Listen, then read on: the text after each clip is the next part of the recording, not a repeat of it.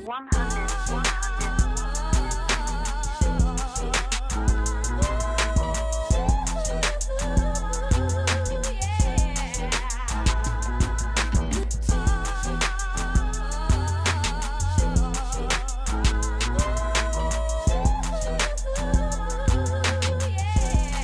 what? You finna start singing. I'm gonna start calling you Gazoo. Oh, Gazoo. Hello, dum dum. Hello, dum dum. Hello, dum dum. I was like, what? You know, every time Fred come up with it. Flintstone say something stupid, all of a sudden Gazoo pop up. Hello, dum dum. Hello, dum dum. Cut this shit out there. Gazoo, where have you been?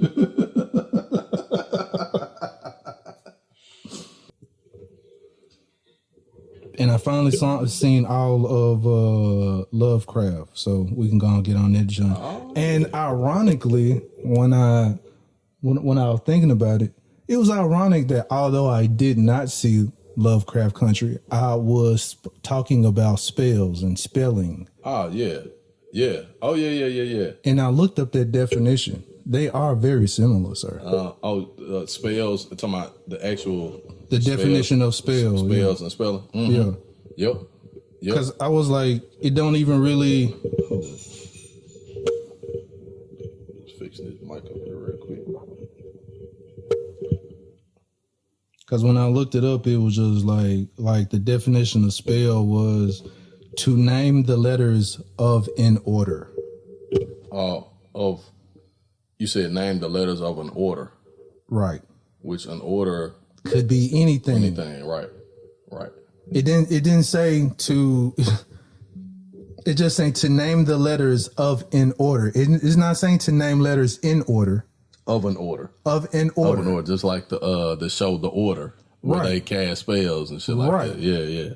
So an order means like an order of words to say to say something. That's the definition of spell. State something, speak something, proclaim something into existence. To write or print the letters of in order. Mm-hmm. To write or print the letters of in a particular way. Mm-hmm. I was like, to make up a word is to spell. Mm-hmm. Wow, to make up a word. So all of that, I was like, you know what? I don't think we really like we have knowledge, but we're not knowledgeable. Yeah. Like this was taught to us back when we was in elementary school, spelling and all of that. And yeah. So man, hold on. You know what? I'm gonna get this jump started, but I'm gonna start off with this shit. Yes, sir. Yes, sir. What's goody? What's good? I am your host, Jason JWILLDOES, and I got my guy, Mr. I smoke cigars, but I ain't got no damn lighter anytime. Oh, that's some bullshit. You see how you people do you, man. When you down, they kick you when you're down. Hey, if you need a cutter, man, I have a cutter as well, sir. I got a cutter. So why are you using it? Because sometimes when you cut them, they still don't ventilate properly. So I have a punch too. I'm good now. Thank you. And I got my guy, Mr. Ivan, the Grizzly. What it do? The Great. What it do, family? And we are the Off on the Tangent podcast. We sure are. And before we get on the tangent, we'd like to say thank you to all the listeners, all the viewers. Mm-hmm. If you're listening to YouTube, click subscribe. Click like and subscribe. Maybe that's what. Yeah, click quickly. Like and subscribe quickly. Absolutely. And all the Podbean listeners, keep doing what you're doing. We like what you're doing. I see you out there. So continue on. Continue to do what you do. Mm-hmm. But back to this definition of spell shit. Yeah, we're talking about spells. SPELLS. So last podcast, we were just randomly talking about spells, and I finally looked at the last episode of Lovecraft, which ironically, like I was saying before, found funny that I was talking about that, and that was what the last episode was about. Mm-hmm. But just thinking back to spells, if you look up the definition of what that is, I mean, it's very quite similar and it's very vague. Mm-hmm. And then, go ahead. Which gives room for additions and adding and other stuff you can put with that. Yeah. But yeah, go ahead. So, I mean, to name the letters of in order is like, in order of what? Mm-hmm. It don't really say in order of. Mm-hmm. Then I start thinking too, if you're just looking at like programming and how we are, how things, programming is out there by telling you that certain things exist, but putting it into your entertainment as if it's fantasy. Mm-hmm. I'll say. Mm-hmm. So, all right. So when we were talking about spelling and spelling bees, right? Mm-hmm. What do you think? When I sat down and really thought about it, what do you think the movie Harry Potter is about? Yeah. These kids are going to a spelling bee competition. Yeah. They're training for spelling bee competitions. Mm-hmm. Mm-hmm. They're learning to spell and they're learning to cast spells upon each other in the competition. Mm-hmm. So while they're standing in front of each other now, how we look at it in reality terms as far as spelling, where kids step up and they spell a word, you know, you get the definition and then you spell it out. Mm-hmm. In this same version of a spelling bee, they stand up and then they poof, cast a spell. And if it worked, cool, you pass. Right. Same thing. Right. Mm-hmm. And it's done in our face unknowingly. Now, although this is all sci-fi fiction fantasy, at the same time, I feel like that is still what it is.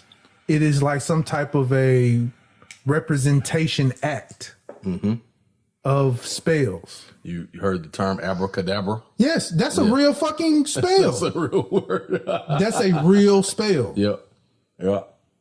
And because you have abracadabra and you have the other, abracadabra is a spell of bringing life or bringing life into magic. Mm-hmm. Now there's a reverse one that is like abraca something else. Mm-hmm. The opposite, it's the reverse of that. Right. I don't want to say it because I don't want nothing bad to happen to them. But there's another version of that, and that's the very opposite of abracadabra. Mm-hmm. Yep. Like I said, people don't be knowing this shit. And it's like, while we have it and it's in front of your face, like entertainment and stuff like that, that shit is real. So I'm going to read the definition of abracadabra. Here we go. It's an incantation used as a magic word in stage magic tricks, and historically was believed to have healing powers when inscribed on an amulet. And this is just a little bit from Wikipedia about it. And people, that's where pendants started from. Pendants came from people having spells written on that little charm. And they would rub it, or they either rub that charm or they would flip the charm over, read the spell on the back, and whatever happened. Right. But that's where pendants came from. They just no longer have the inscriptions and shit like that on the back of them. Mm-hmm. And so just a little bit of the etymology attached to it. It says that the word is basically of unknown origin, but it was first seen or came across in the Hebrew, and so it said folk etymology. So it said from phrases in Hebrew that mean "I will create as I speak," or Aramaic, "I create like the word." So basically, you know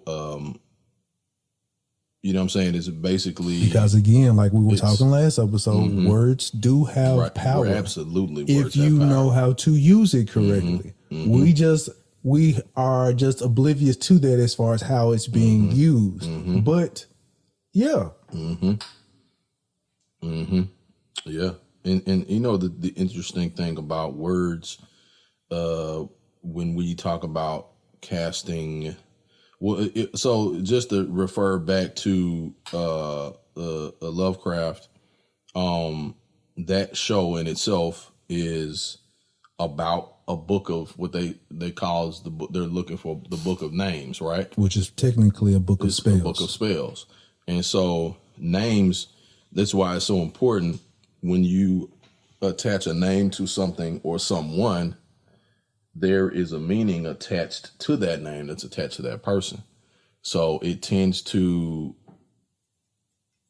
to have there's a meaning associated with that individual. Because there's a name, the name, for instance, and I'm driving to a point here. So my middle name, Ivan, it also means John. And so, I'm looking up the name meaning just. You mean like you're a John? So what now? You mean like you're a John? Like you go to the track? No, sir. No, sir. Absolutely not. That's definitely not what that means at all for me. Maybe for someone else, but I don't. The nigga was born to be a John. No, I was not. No, sir, I was not. I don't partake in those particular activities. That's for other people. Named Jason. So hey, I ain't never had no, sir. If that's your bag, cool. But yeah, if that's your bag, if that's what you entertainment that you pay for. But if that's what I gotta do for, hey baby, some shit out here for free. Yeah. Or that I only have to pay for a meal at Rafferty's the kid. Anyway, the He said Rafferty's, nigga. That old dry ass food they got up in there. Hey. I'm talking about Rafferty's. Talking about Rafferty's. Nigga. It worked for me, okay? It works for me. Don't bother me in my situation. All right, so the name, let's see, we're finna get off track. Anyway, the name John, it originated from the Hebrew name, or in its longer form, meaning going to Rafferty's like he an old mob boss. Stop it. Shit. It means Yahweh has been gracious. Okay. So, like I said, Yahweh has been gracious, meaning God has been gracious, meaning that, I received grace or a gift, grace or gift from God. And I'm going somewhere. So it's important to know what you name your kids. Like, understand, like, don't just give your kids random ass names. Like, give them names that really mean something because that follows them. I remember when people years ago, when Jay-Z started going by Jehovah, right? Shit. And he got a lot of flack. He got a lot of flack for that. And when he, referred to himself as God, like he wasn't saying I'm God. He wasn't saying I'm God, but I'm the God of my particular space. I'm the God of my particular area. I'm the God of what I'm doing, right? Right. Which means I have a power that I possess over that. So, and even when I hear, like, if of course, like the 5%ers, a lot of times refer to each other as God, Lord, right? Right. And in the Bible, now you can refer to yourself as Lord, but you should not and can't refer to yourself as God. Right. But even in the Bible, it says that because everybody, even in the Bible, they address themselves as Lord. Yeah. Even the wives, wives address their husbands as Lord. Right. So yeah. So, and looking at that, the names that we come up with, the names that how we even spell or whatever, and how we translate. That's why translation is so important when it comes to naming and when it comes to speaking and when it comes to saying what we say. That's why, people always say, like, be careful what you say because words have power. And once we understand or once we have understood the importance of how we speak, even if how we speak to each other and about each other, a lot of times the negativity that we put out into the world, into the universe and so forth and so on that comes out of our mouths. Well, the Bible also says that out of the mouth flows the issues of life, right? So that, meaning that whatever is negative or positive, it comes out of what you believe and out of what you believe and what you believe, right? it stirs in your soul, and you tend to open up your mouth and say it. You know what I'm saying? Right. Like, it becomes your feeling. It becomes what you think and believe in, and what, you know, what you definitely like. It's in your head. Like, what's in your head is gonna come out your mouth. So, you know, like if I'm, you know, if I'm really stressed and I'm worried and I'm concerned and I'm having anxiety about stuff, it's gonna come out of my mouth while I'm talking. Like, whether I really wanted to or not. You know what I'm saying? That's why people like, man, I don't know why I even said all that to you, because that's how it works. Yep. You know what I'm saying? Like, so the mouth kind of works as a release the same way your bowels do. You know what I'm saying? Like, they kind of work in that same aspect. You release stuff out into the atmosphere. So that's why you have to think positive thoughts, think in positive terms and positive aspects about your life and even about others. Because even if you talk negatively about other people all the time, that means that that's negativity inside of you that's coming out. It's just even how I'll say this, it's even how we use words. Not like you might not even be talking about anything negative or saying something bad about someone, but even the choice words that we use negative energy words. If you understand what I'm saying. Yeah, certain words that carry negative energy or negative connotation. Even if you're not being, you're not even can't, not, ain't, whatever. Yeah, or even just how you just word certain sentences. Like, it could come off from somebody else in a positive way, but you can use that exact same sentence from somebody else and it come off so negatively. Yeah, it come off visceral, right? Almost, you know what I'm saying? So it's like we have to remove that from ourselves too, because of the simple fact it's like all right, like I've been finding myself quoting a lot of stuff that my dad used to say, but my dad used to say is more than one way to skin a cat, right? So you might normally go 100 in a situation all the time, but if it's more ways to skin a cat, hey, take that level down to like a 10. Talk the exact same way at a 10 and see how that jump happen. Oh, okay, 10 don't work. Next time when you're in this situation, bring it down someplace else or take it to this level and maybe they can understand you. Like all the time be talking about like, like I heard people say all the time, hey, you keep doing the same thing over and over and over again, you're crazy, right? Yeah, looking for, what is it? I think Einstein said it, repeating the same actions over and over, expecting a different outcome is insanity. Yeah. That is insanity. So when people say that, I hear people say that all the time, but they don't even apply that to just everything. You know what I'm saying? Like a lot of times when I hear people use and say that it's about love or relationship type of shit. But that should be used even like when you go to your 9-to-5 job, how you deal with regular people, how you just everything. Like a lot of times we be expecting a different reaction, how we like, this is who I am. This, okay, I understand this is who you are, but this is who they are. So how you going to approach this situation with them? Right. You know what I'm saying? Right. Like, I understand this is who you are, so still be you, but you're going to have to delegate this situation with this individual. With this, right. That type of shit. So, you know I I didn't went on a whole nother tangent. We was talking about spells and shit, but but we switched to energy and words. Pretty much. We're still on words though. Yeah. But the use of words, the energy in the words that we use, stuff like that, it's just so, it's almost like we don't even know how to use positive words anymore. Well, what happens is positive sounding. So when you talk about, when we're talking about programming, when we talk about what we listen to, what we consume, right? It has a lot to do with the mentality that we carry. So which goes back to what you take in is what comes out. So physically what we eat, like we process it through our bowels and it's released obviously through our bowels. When we listen, hear,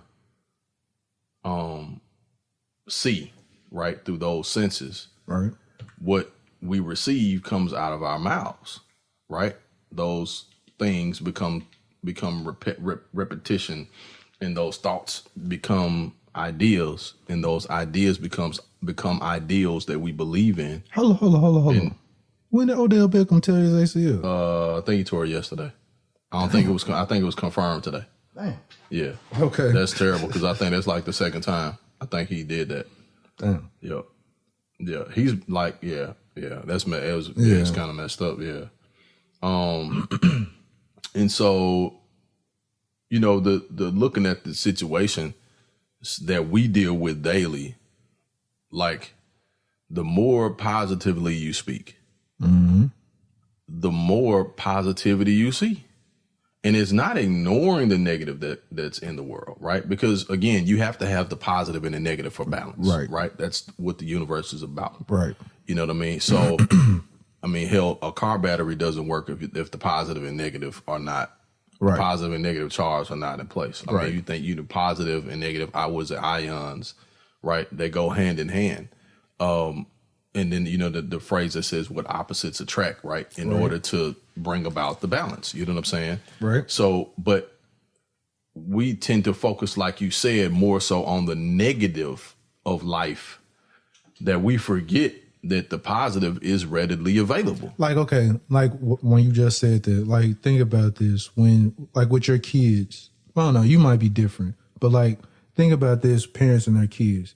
You point out negative things with your kids more than the positive shit, right? You really do, man. You just said something right there. You fuss at them more than you do like how much you're proud of them. Hell yeah. And a lot of times, if you're proud of them, you keep that shit to yourself. Like, you know what? That was some dope shit that they did. And you ain't even gonna say it a lot of times. You ain't even say it to them. But when they do some shit, boy, you do this, boy, you... all the time. That has to change. That starts off because we fuss more than we big them up. Yep. We should do. It was something that I read this book some years ago. I'll pull it up right quick, just in case anybody wants to check it out.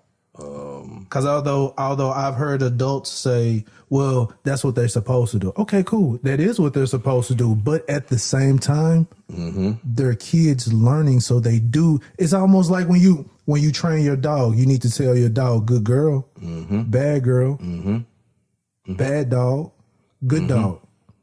Now, I hate that I have to say it like that, but at the same time, your child, they're just figuring things out. They're growing up. So as they're growing up and they're doing something, like, okay, like your child all of a sudden just gets up and decides to wash the dishes on their own. You didn't say anything or anything. You probably go in there and walk 2 or 3 times in there, don't say jack shit while they're in there washing dishes. Right? Yep, that's true. But guess what? If you just go in there that first time, you're like, wow, you're washing the dishes? I'm so proud of you. They get that nice little smile. Guess who's going to start all of a sudden doing it more often? Now, it ain't going to happen right off the bat, but it's going to happen more and more, them just getting up. And it might not even be all the dishes. They might just wash their own. And really, that's all you want them to do. Really wash their own dish. Wash it down. Wash their own dish. Anything that they dirty up, you want them to wash, but we don't big them up. So it's that we don't do the positive reinforcement. We drill in the negative, and then we make sure that they're not doing any of the negative shit anymore. Yeah. And it's such a counterproductive action. Right. And process. Right. Because, within the last probably maybe 15 years or so, a lot of the thinkers and, writers of our generation now have started to push that thinking towards positivity. The books like this particular book here that I read, Go Put Your Strengths to Work, by Marcus Buckingham, that basically talks about, based on research data that they did, that people actually don't use their assets on their jobs. Nope. And that's why you have so many people that are in the wrong careers, wrong fields, disgruntled and with they work. disgruntled, and they're marginally getting by because they've been taught to work hard, right? Nigga, I went to school for electrical engineering. When I got out of school for electrical engineering, I wasn't doing the electrical engineering shit. Hi, my name is Jason. How may I help you? Right. Yeah. You know what I'm saying? Yeah. So yeah. Yeah. It's like you you do that thinking that, all right, well, maybe I just have to climb my way up to get to this area. No, now you stuck. Yeah. Yeah, because you're in a place where you really shouldn't be in the first place. Exactly. Because you think about it, if kids are taught to focus on, that's why education system has to be reformed. Because you have kids who are being pushed in areas that they really don't belong because it's not a strong point for them. Because think about the balance, what I talked about, the balance. Because now you have teachers and guidance counselors that telling you, hey, this is where you probably should look in to work at. Right. Instead of honing their in on whatever their skill that they already gravitate towards. Right. So if I'm more of a math person, a math kid, but English is really not my strong suit. Like, right? I'm gonna direct you in all the areas of accounting, finance, business. You know what I mean? Anything that's got to do with numbers. Now, mind you will need in high school, in elementary stuff like that. You do need the basics. You're gonna need to know how to read and write, the basic math, all that other shit. All this other bullshit math that you doing, nigga. Unless you finna try to be an astrophysicist, you don't need none of that shit. So think about this, right? There was you research. barely need fractions unless you're a cook. There's research that has been done. Well, you do need to know fractions if you in the trap. Oh yeah. Well, you know, if you're using the Pyrex and if you use, I've never used any of those before. So if you need to know what an eighth is, anybody that does that would need to know. I wouldn't know anything about that. An ounce, pound. Yeah. Now stuff like that. Yeah. Michelle, you can learn that in home economics. You don't need math for that shit. But they don't even have, most education systems don't even have home economics no more. Yeah. Yeah, they don't. You know what I'm saying? They're not into that. They don't have home economics. They don't have shop. Yeah. Do they have shop? I don't think they have shop no more. They don't have no electives. Do they still have electives? Shit, probably some shit like, I don't know, you know. Computer. Right. Some shit that they already doing at home when they get home from school anyway. You know what I'm saying? I think that this is where we miss out as far as the balance goes. Because what happens is we lump everybody into the same situation and group, right? So if I'm good at math and you're good at writing and you're good at reading, right? So you should be pushed towards contracts, right? Contracts, maybe legal shit, right? Because you understand, here we go again, how words work, how they operate, how they sound, how they're perceived, right? So in our situation, you're good at those things. I'm good at math. When we graduate, it should be, hey, Sam goes towards some things maybe in engineering. Jason goes towards maybe some things in legal or writing or teaching, right? But we both have strong points that give balance to the overall situation. Instead of us all trying to go and learn all the shit and being frustrated because I'm not good at fucking reading and writing. I'm not really, that's not really my thing. Now I'm failing. And now I'm failing. And now I'm being called out for failing, but I'm not being called out for what I'm doing well at. Right. Because I may be a great fucking artist. Right. I can draw my ass off. I can read fucking sheet music. Right. But you got me concerned about some goddamn fractions and shit. Right. So now you so now your parents shoot now. Don't nobody care about you can play the tuba, nigga. Yeah. But Dad, I'm learning to play music. Exactly. And as a matter of fact, don't nobody care you can recreate the Picasso. But Dad, it's a Picasso. but Dad, a painting on the wall at so and so's house is worth $500,000. Right. You know what I'm saying? Right. Was just sold at an auction And even if you a brand new nigga, you can still sell it. You can still sell an original canvas painting for like $250. Exactly. Like we got that's a bill right here. You know what I'm saying? We got artists right here in the city that's selling art all the damn time, and people are buying that shit. Yeah. And so, speaking to like I went to a tobacco shop, I'll say, and they had like blown glass, right? They had a dude that's locally from Memphis, right? It's some kind of similar to this. And it was another one kind of like that junk that's down there. Sandblasted. Guess how much this junk that was sandblasted like that cost?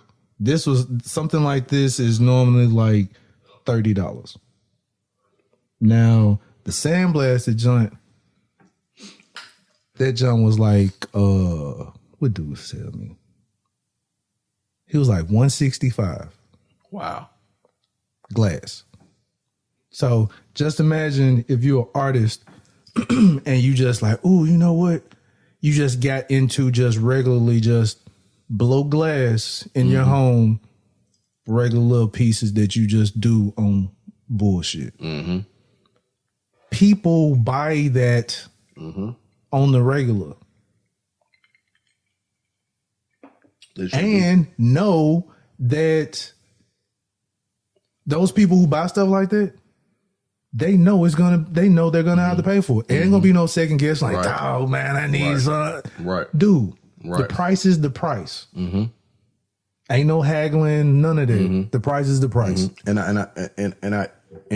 But like to that point, that's somebody that's specializing in an area that they know they're good at. Exactly. So that has to be spoken to. Again, talking about spells and speaking, that talent has to be spoken to early in their lives. Parents, do not shit on your kids' imagination. Yeah.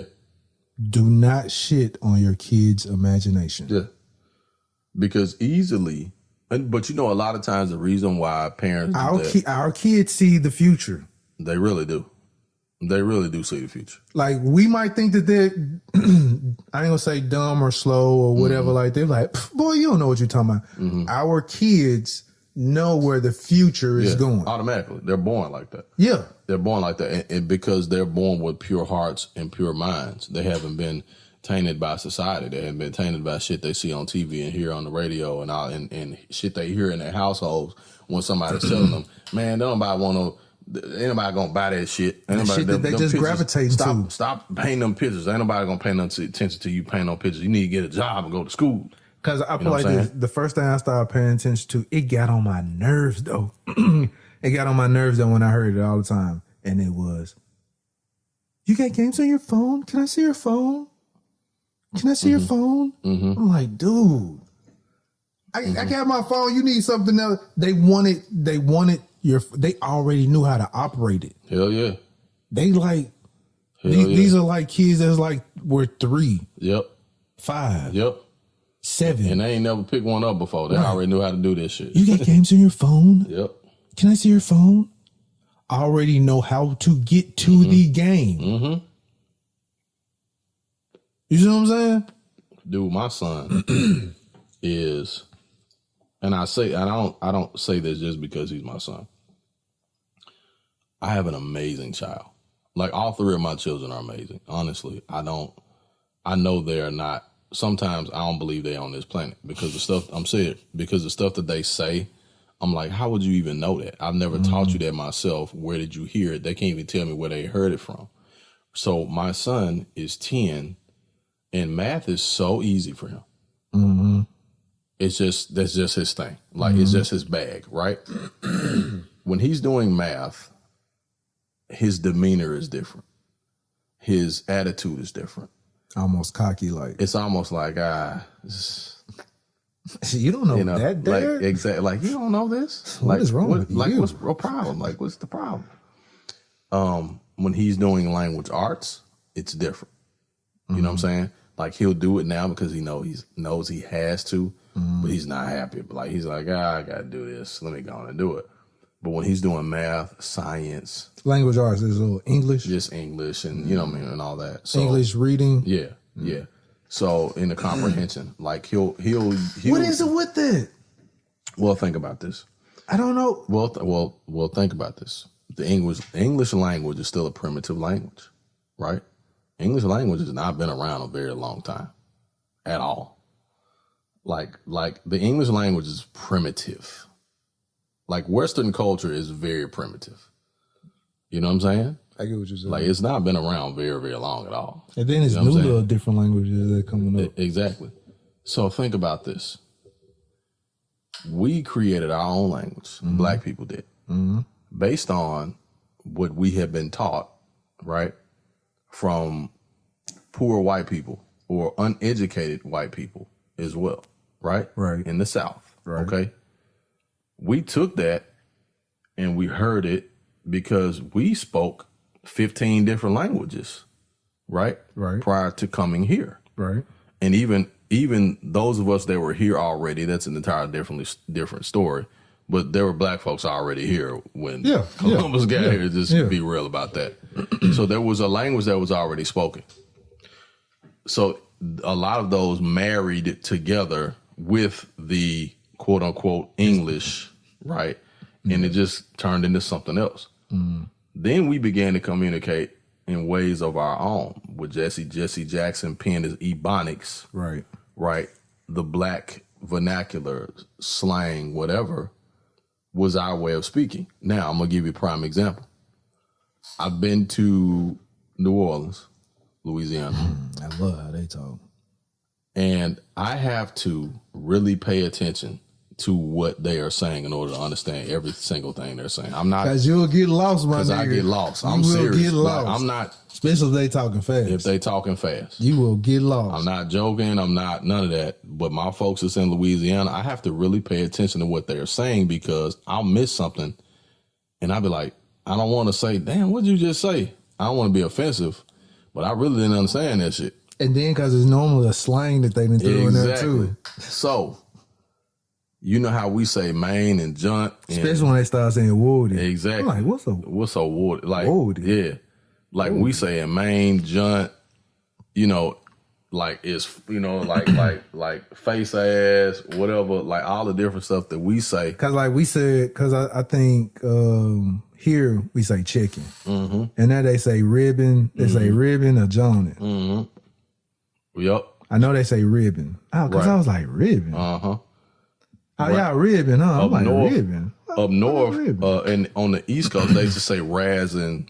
They used to say razzin. They say razzin and something else because they used to have like a moment. I remember on this show, Uptown Comedy Club, they used to have dissing and razzing where they would like check each other and talk about each other, mama and stuff like all that old shit. You know what I'm saying? Yeah. And so, and then a lot of, I mean, you think about even like New York cats, like for years, you used to have to listen. Think about the Wu-Tang Clan. Them niggas created their own fucking language. Yeah. They really did. They created their own fucking language. Listening to them albums, Man, that's cause RZA can't talk. but no, listening to them That nigga had to make up his own word. listening to them albums, Spell. exactly. But listening to them albums, like, and if you think about hip hop music as a whole, hip hop music is an entire, like, I remember what Common's dad, Lonnie Lynn, rest in peace, said that hip hop was the new language of the Underground Railroad. Like, you couldn't, like, mainstream didn't understand what the fuck we was talking about. But we just made it cool. We made it cool, right? We made it cool. Man, especially when we started doing that Izzu Fizzle, that shit. White people hated that shit. They hated that shit. It was like, what is going? They couldn't understand. What are they saying? Izzle, Kizzle, is I. Fizzle, shizzle. Izzo is I. Izzo is I. You're like, what the fuck? Is that pig Latin? What is that going on? What? It's like it's not even pig Latin, No. but It sounds cool, but we don't know what the fuck they're saying. like for shizzle, man, Izzo. You're like, what does that? What is that? Why is the Izzle on there? What is the Izzo? What are these Z's about? Man. And hearing you know, even in like because now they want to be a part of it. Right, they want to be a part of it. But think about it. You got white kids in suburbia crip walking and shit. You know what I'm saying? You know what I mean? Like, you got white kids in suburban America that was wearing plaid, blue plaid and red plaid and shit. You know what I'm saying? And had no clue where this shit came from. And people, I do want y'all to know, those who are, like, I've seen tutorials on YouTube of this. This shit is wild. White people Hell yeah. teaching people this dance. Mm-hmm. Now, while you're doing this dance and you may have looked at other people, that dance is spelling out a word. I hope you people are aware of this. I just want people to know. Ain't that some amazing shit? Ain't we amazing? And we amazing, dog. I don't care what nobody say, man. We amazing as fuck, dog. But white people are unaware of this. Very much so. Very much so. So just know, you are, whatever it is that you're doing, you are unaware that you are, one, you might be disrespecting some people that you're doing this dance in front of. Mm-hmm. And two, you also might be disrespecting some people that you are doing this dance in front of. That is all I am going to say. Hell yeah. That is all I'm going to say. Don't crip walk. Just don't do it, white folks. Just don't crip walk. Don't sea walk. Leave it alone. I mean, I've seen some who have done it like to the whole dusting of the shoe and everything. You be like, oh. It's probably not a good idea there, sir. Oh, please don't wipe your shoe. please don't wipe the shoe. But I'm like, you want to do these things because they're black people are just fucking cool to you. I will just put that off top, no matter what it is. To the nerdiest of the nerd. Yep. Even it's black, just cool to you. Cool. It's just cool to be black, man. It's cool to be black, and it's cool to speak like black folks. Hell, I remember even when white kids started turning their guns sideways because that shit looked cool to them. Yep. And that ain't even the way you shoot. And that was because niggas didn't know how to shoot. At all. Niggas don't know how to shoot. Like firing that joint any kind of way. But they are mimicking it because that looked cool. Oh, man. Hey, you know what's funny? When you talk about music, speaking, spells, what you're saying, and all of that, there is a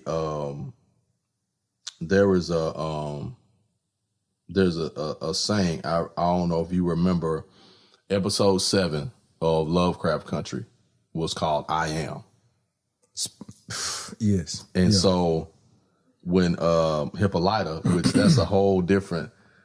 We just spoke this long about spells, and we ain't talking nothing about Lovecraft. So yes, we will get on this. Yeah. And so if you know the name Hippolyta, this shit was so deep. I researched this shit this weekend.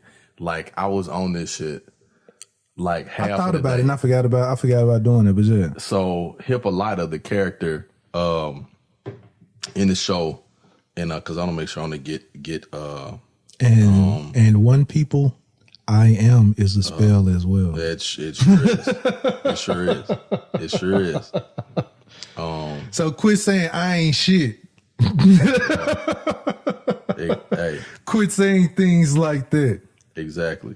So this is so deep, man. God, that's so deep. I was reading. I was like, oh my God, I missed that. So now I'm starting the entire series over again. I've heard a lot of people say they want to look at it all over again because I miss so much stuff. Man, I miss so much stuff. But Hippolyta, just real quick, Hippolyta is actually a Greek. It's a Greek name, but the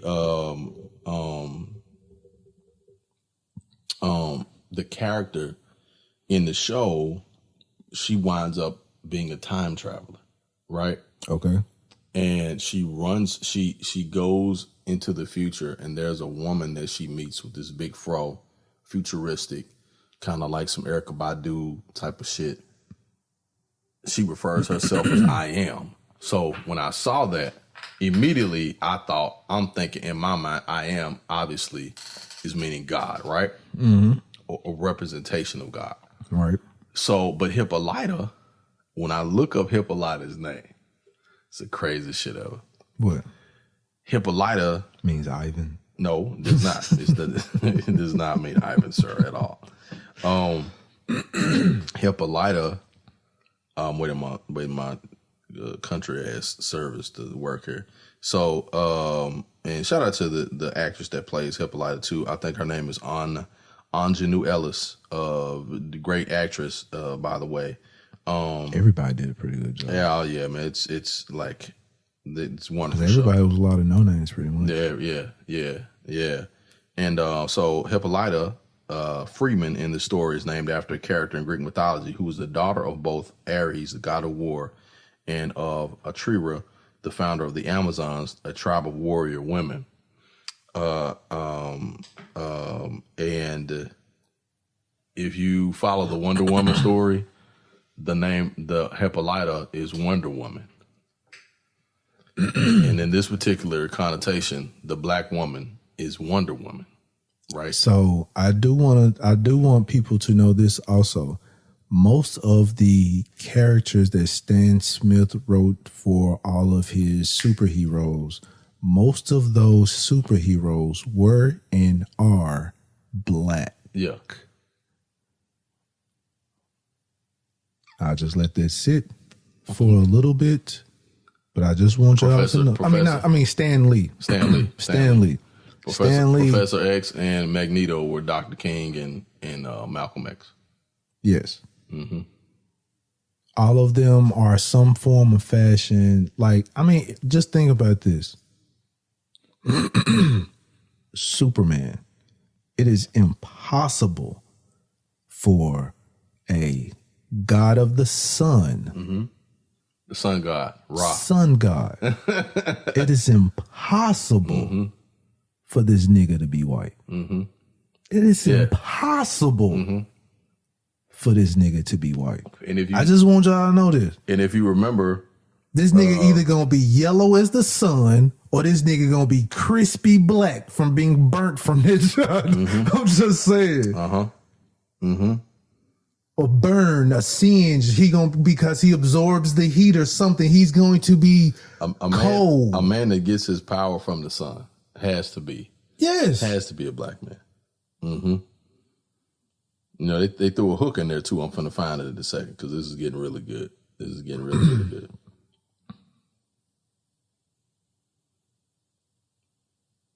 So, hold up. I'm looking up, there's a Superman movie, and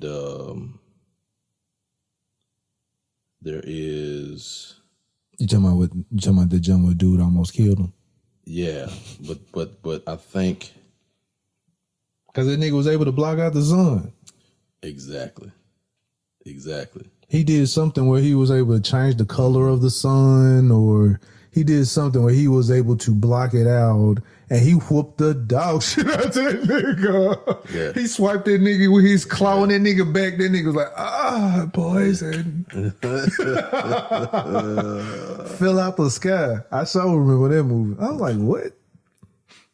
It was my sister thinks Superman's so dope. I'm like, this nigga is weak. This nigga is the weakest superhero ever. Ever. So I'm trying to find. I can't stand Superman, man. Hold up, man. I think it's Superman 4. The only superhero that's ready to give all his powers away for olive oil. Oh. So, in Superman 4, it was Superman 4, The Quest for Peace, which that was this is actually a political movie. I'm not even finna get into that part. I'm not even finna go into that because I've been reading this shit for like a week and I'm like, what the fuck? Like everything is a program. All this shit was programming, dog. All this, and around the time it was 1987. Like It was around the time where the nuclear, yeah. Oh, hell yeah. You remember Superman takes all the nuclear weapons in the world and throws them in his face? Yeah. And the dude that whoops his ass is Nuclear Man? Yeah. Yeah. Yeah. And his ass was a guy, he had the sun or a large star on his chest. I don't know if you remember that. That was his. It wasn't kryptonite, but it was still like his weakness. His or something. power. If you put him in the shade, he would lose his power. His power came from the sun as well. He was actually created by Lex Luthor to be Superman's nemesis. And see, and you know what? That's my thing right there. Mm-hmm. That's why I said Superman is the weakest superhero ever. This nigga would get his ass kicked by Lex Luthor. Well, here's the thing with Lex Luthor, right? Lex Luthor has no powers whatsoever. I disagree. His brain. Thank you. He has his brain. But pause. The brain, the human brain, is the most powerful thing in the universe. Remember what we just said about spells and speaking. But it's not like this nigga. It's not like this nigga Megamind. Doesn't matter. It's not like this nigga Megamind. He has a regular human brain. Doesn't matter. It's not a regular human brain is far advanced than any other brain in the universe. Think about this. What you just say any other brain? No. It is. What other brains are there, nigga? Animal brains, insect brains. Like we're the highest form of being in the universe. We are. Got you. Right. Outside of aliens. Right.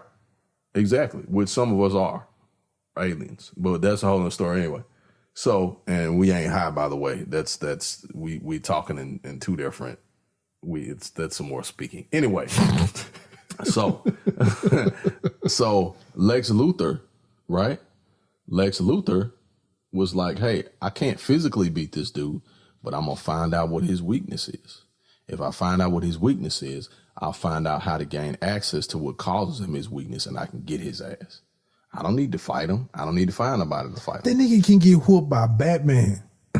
Now, that was some bullshit, I thought. I don't think so. I thought it was, no, if Superman is Superman and Superman can't get his ass whooped, why was Batman able to do shit and punch him in the chest and knock him down and shit like that? I ain't like that shit. I thought that shit was fake. But see, that's what I'm saying. Yeah, I thought that was some bullshit. Yeah. And this is DC, by the way. This isn't Marvel stuff, so. The best superhero out there is Spider-Man. You know what? Hold on. I'm sorry. Nah. I am sorry. The best superhero to me is Wolverine. You got, in my ranking, is Incredible Hulk. We're off the beaten path for a second. Yeah. But we're getting right back on. Incredible Hulk. Okay. Spider-Man, Green Lantern. Which the original Green Lantern was black as well. Exactly. And he was supposed to be, Green Lantern was supposed to be played by Common. It was either Common or Tyrese, I think, was supposed to be playing Green Lantern. But Common? Yeah. I mean, I don't have anything to do with who they were going to pick to do this shit. I'm just saying, like, that's who was tapped to play Green Lantern before, I think Ryan Reynolds played Green Lantern. It was going to be Tyrese or Common. But then they scrapped that idea, which that Green Lantern that nigga cannot play every superhero now. I'm just wanting y'all to know who? Ryan Reynolds. Oh. No. That nigga has he was Deadshot. I mean, he was dead. No, he was Deadpool. Deadpool, but it was a different version of Deadpool that we know of. In that first X was the X-Men.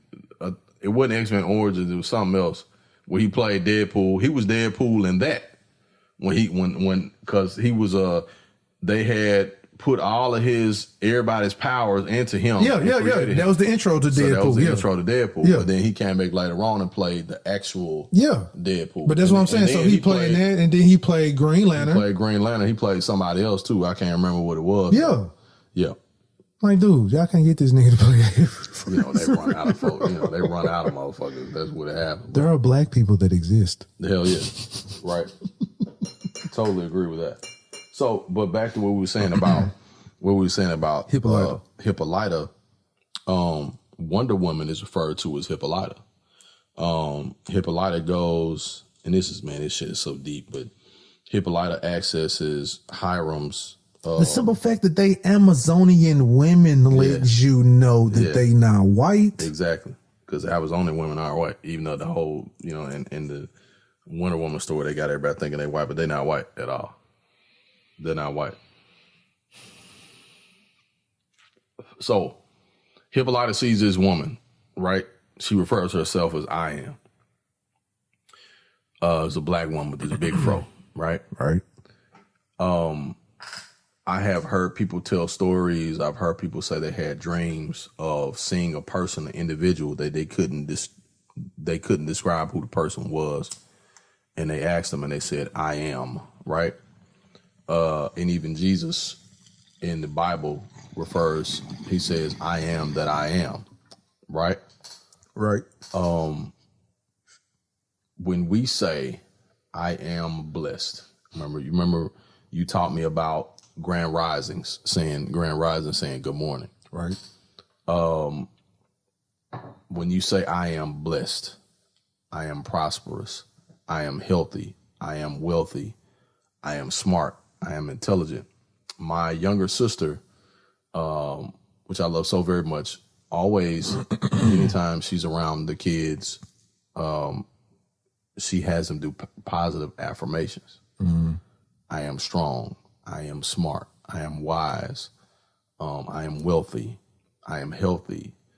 And so they say all of these different things till it becomes embedded in their brains, right? Because you're speaking it into your cells. Exactly. And then you respond. Your body responds. Right. I was talking to an older gentleman that highly believed in words and the power of words. And he said that he had become ill, gravely ill, to the point that he was in a situation where he was pretty much written off to die. Mm-hmm. He said daily he would say, "I am not going to die. When I do die, it's not going to be from this. I am healed. I am healthy. The sickness in my body will not remain. It will leave soon." And he would say that daily. He would say that daily. He would say it all day long. He was speaking. He would say it. This man did not die of cancer or anything else. He just died after he became an old man. Mm-hmm. And he said, he was like, "I know where this comes from. I'm not accepting this. I refuse to be held hostage by a physical ailment, because I exist not only in the physical, I exist in the metaphysical and the spiritual as well." Right. And he was like, his body responded to what he said. This is no lie. Like, this is no BS, no made up stuff. He was like, "I'm not downing modern medicine. I'm not downing any of that." He said, but a lot of what happens to us is why people get ill and pass away so fast, because they give up hope. And you keep thinking about it. And you keep thinking about it. I'm not going to make it. I'm not going to do this, and so forth and so on. I'll give you another example. When I was born, I was 6 weeks premature. There was one doctor that basically said, "He ain't going to make it. Y'all might as well let it go. This kid's not going to make it, folks." Right? Right. They told my parents that. My mom was in and out of consciousness. She was very ill when she had me. My dad, on the other hand, thankful for my dad being a praying man, came and prayed with me every day, prayed for me every day. My mom even said, "My son is coming home. He's going to be healthy." Spells, speaking. One of the doctors, right? And if I see this man today, I'll probably hug him. He says, "No, we're not going to give up on him. We're going to give it a little time and see what happens." Mm-hmm. But I personally think that this kid's going to be okay, right? Mentally, he was, on my behalf, was speaking life, positivity into me. Mm-hmm. That's why people who have charge over people who were in the medical field, mm-hmm. people who are in the education field, people who are in ministry in any form, in the religious realm, should always be speaking positively over the people that are listening to them, because those words become life. Yeah. And life becomes life, right? You know what I'm saying? So again, back to what you were saying about how parents and older people talk about kids. When you're infested with negativity, when you're infested with issues and problems. Like people can even give compliments, but it come out negative. Like you can say stuff like, "Damn, man, that's a nice ass, ugly ass shirt," or no. Like, where that come from? I'm gonna tell you the simplest one, and usually it's said in hate. I know sometimes we say it, but we be, and it still be jokingly. It's never said like you really are. Right. You fresh, ain't it, man? Right. Right. There you go. Yep. We really not giving you we're not giving you a compliment. But if somebody look at you negatively, guess what? We taking it negative. Like because normally when it's said, it's normally we get ready to check your ass or some shit. We get ready to check it. You fresh, ain't an ugly ass nigga. Damn, man, you fresh, ain't no shoe. Ugly as hell, boy. Them fat ass shoe. That boy shoe fresh, but them motherfucker fat as hell. We always got some other shit coming behind. Right. That's why another thing, not to cut you off, even though it's a part of our culture, checking this shit, I don't allow my kids to check a whole lot. Boo, you all weak ass nigga. See that negative shit? See that negative shit right there? Y'all listen to this shit? You see what I'm saying? The reason why I don't do that is because I want them to speak positively to each other. Like they're going to do it. Like they're going to jive each other and they're going to check automatically. That's just what siblings do, right? But I want them to have the mentality of, even though I'm messing with you, I really think you look good, you look nice, you got your stuff together, you handling your business. Like that's what I wanted to reverse that with them. You know what I'm saying?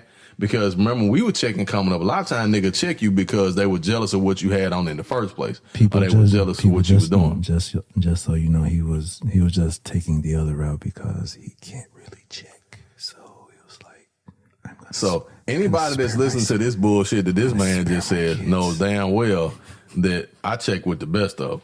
So I don't know, man. In high school, you get mugged a lot. Nah, that's because I did a lot of mugging.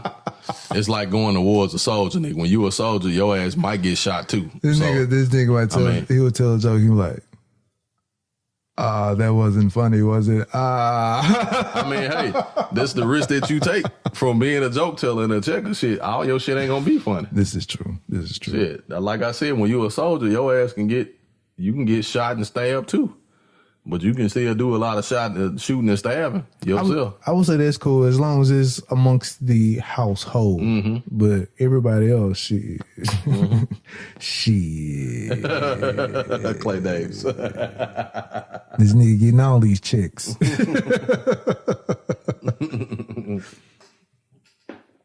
So, man, but the entire series of Lovecraft, it was pretty dope. Spells. It was pretty dope, and I like the simple fact it was like once everybody understood, it's like, no, we ain't helping y'all do nothing, and y'all ain't finna learn nothing else from us. Hell no, this our shit. I'm a holler. This our shit. Yeah, yeah. I even kind of looked at that in another aspect, like how I kind of looked at it is like, hey. We in the, how should I say this? Hey, we got our foot in the movie. We got our foot in the business now. You're not gonna take this away from us. No, hell no. That's how I kind of looked at. It's not going nowhere because you got to think about it too. This is key. This is what's his name? Jordan Peele. This is Jordan Peele. This is Jordan Peele's movie. So to me, that ending kind of was like a message. Was like, hey, you're not taking the magic from us now. You ain't taking our magic. This is our magic now, my nigga. And not to mention, this is it. It's not the magic of just one person. It's the magic of a people, because everybody now has figured out they niche and they handle this shit. Exactly. And to your example, when Atticus goes back into in which I got to go back and watch it because I didn't even know Atticus went into the portal. I thought only Hippolyta went in. Yeah, he went in. Atticus went into the portal. Yeah. And he comes back and tells his dad, when he brings back the Love Country book, he's like, the woman gave me this book, but it's a woman with a robotic arm. And in the last episode, his niece, well, his cousin, she gets the dead arm, right? Choke the shit out of it. And she kills, what's her name? Christina, I believe it is. Yeah. With this robotic arm that she has now. This shit was so fucking dope, dog. Yeah. Then there's another theory that says that the monster that's protecting her is actually her dad. But it's not only, but that was a spell that Atticus made for him. Right. Again, it is. Gotcha. But see, George, I'm gonna tell you something though. The story is actually there's a storyline that is really just about George. Because in the story, which one is George? George is the uncle. He's Courtney B. Vance, the one that dies. Gotcha. George doesn't die in the story. George lives throughout the story. Hippolyta kind of takes his place, and you see how they replaced her with him to uplift the black woman, right? Which I don't have a problem with at all. Yeah. But George really ain't dead. Okay. Because George says, remember when they go to the house, and George says, he's like, they're tempting us with what we like. Yeah. They're tempting us with the things that we enjoy. Yeah. They're tempting us with which the things we enjoy actually become our weaknesses. So about that. All right. This is going to correlate to a few episodes that we've discussed. All of that comes back to what we discussed with all this COVID shit and everything. All this is back to money. They learn like getting the NBA players back to come back to play. Money. I was just looking at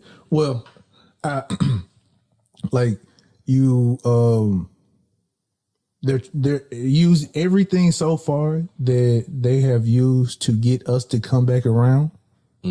What we like, money. No matter what the fight is, money. I was just looking on the news about how schools are closing back down, but they getting the money grab for closing back down. I already told you that shit. I figured that that's what that shit was gonna be. They want to open up the schools as soon as one child gets sick, they close, and then they're gonna get a bailout. Ever since that Bernie Madoff shit, they have found new ways That's right. to get a bailout. To get a bailout. Every year, if you've noticed, there have been some type of a bailout that is going on. And you know, Madoff was a product of he was a product of the industry. Yep. Madoff was an anomaly. Madoff was a product of the industry and how that shit worked from jump. Madoff he stole from the wrong people. That's all it was. It wasn't that he stole. He stole from the wrong motherfuckers. He stole from rich white folks. And probably couldn't pay it back. So all right, you couldn't pay that shit back. You know well, he probably could, but he got it locked up in so much other shit that Madoff probably had money in this place, that place, over here, because what do they call it? Diversification. Right? Diversification. Spread this shit all around. So when it's time to find something, hell, I may have money in a damn company in fucking Korea somewhere that you don't even know it exists. Right? Right. So the system that we exist in, there's a language associated to that system. You know what I'm saying? If you think about like even with finance, right? Like financial terms and math terms go hand in hand, right? When you say I have, you're a financial advisor, there's a certain language that you have to be able to speak, certain tests that you have to be able to pass in order to validate your knowledge about the financial markets. And you are able to explain it to somebody who's taking money to invest in that market or those markets and explain to them what their risks are, what the possible risks, possible rewards, and so forth and so on. But if you realize most people lose more than they gain. Right. Or they lose at times where that loss is greater than what they would gain unless they have X amount of dollars to protect themselves. Right. You know what I'm saying? So when it comes to knowledge and information, it really works the same way. Those who lack the knowledge, who lack the information, typically don't get a higher return, right? Because they don't have a lot to put into it. Because really the education, the initial education that you get, you're supposed to get it from home before you even go to school any fucking way. Right. You know what I'm saying? Right. You're supposed to go to school, learn it of something. You know what I'm saying? Based on actions and experiences and examples that you get from home. So think about what we talked about when they took home ec out of school, when they took the shop and shit. The daddies worked in the motherfucking wood shop and the auto mechanics and the building and construction and shit. And the moms were homemakers and they built the home and they were home. They knew how to do the finances for the home and so forth and so on, right?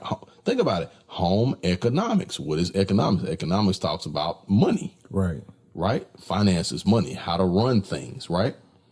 But usually when we heard that shit, it was like baking and cooking and all that other. Well, think about it. Flour costs money. You buy that from a grocery store. Cleaning supplies and products, you buy those from somewhere else. You have to create a budget in order to understand home economics. It's still related to money. It's still related to a certain type of education. It still relates to a certain type of language. But back to the imagery in Lovecraft is back to what I'm saying. And real quick, not to cut you off, the shop that they ran they created this list of safe places for black people to go throughout the country, but it was full of books. Okay, go ahead. But what I was, if I can remember, if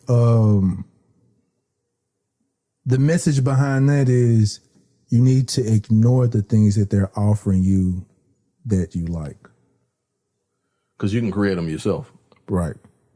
And that's what I was making mention of about the money. Mm-hmm.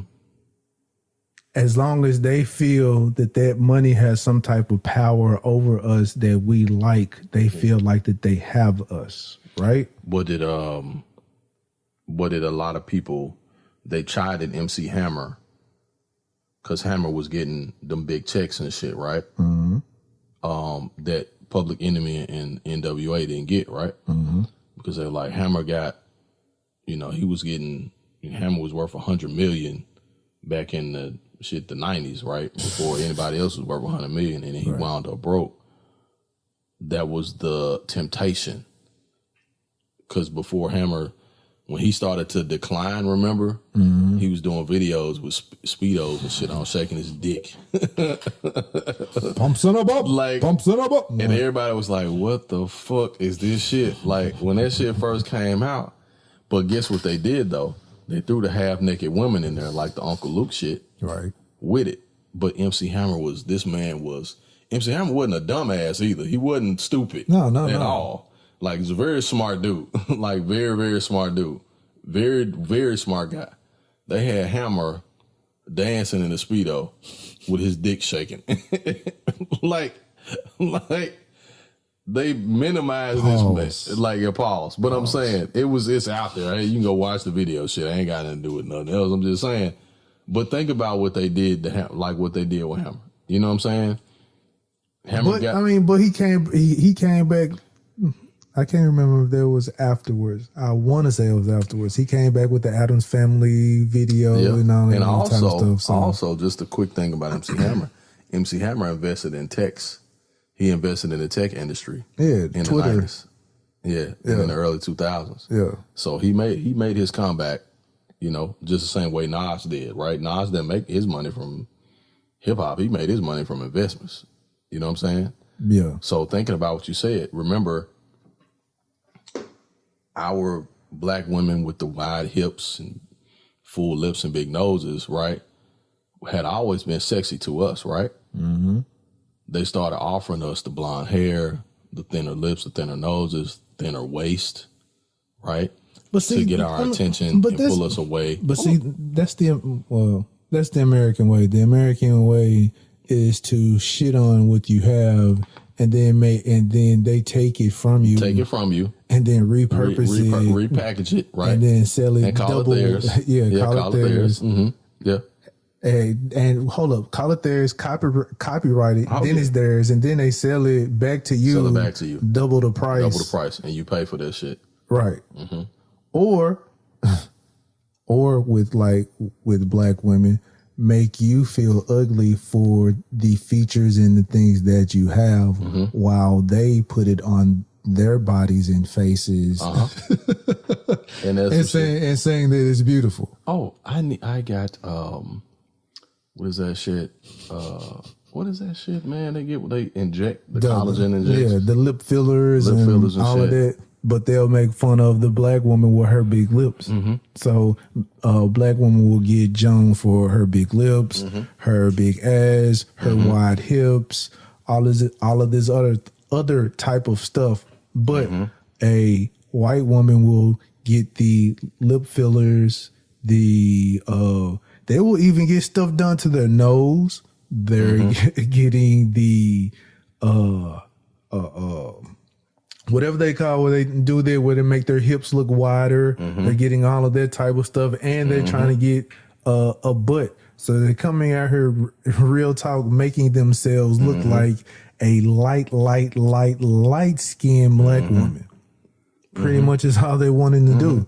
So they make you feel ugly while making themselves look like they're beautiful with using your exact same there you go. features. Okay, you talking now. Your exact same features. Because all Kim Kardashian is a white black girl. That's all she is. That's all she is. Amber Rose is a white black girl.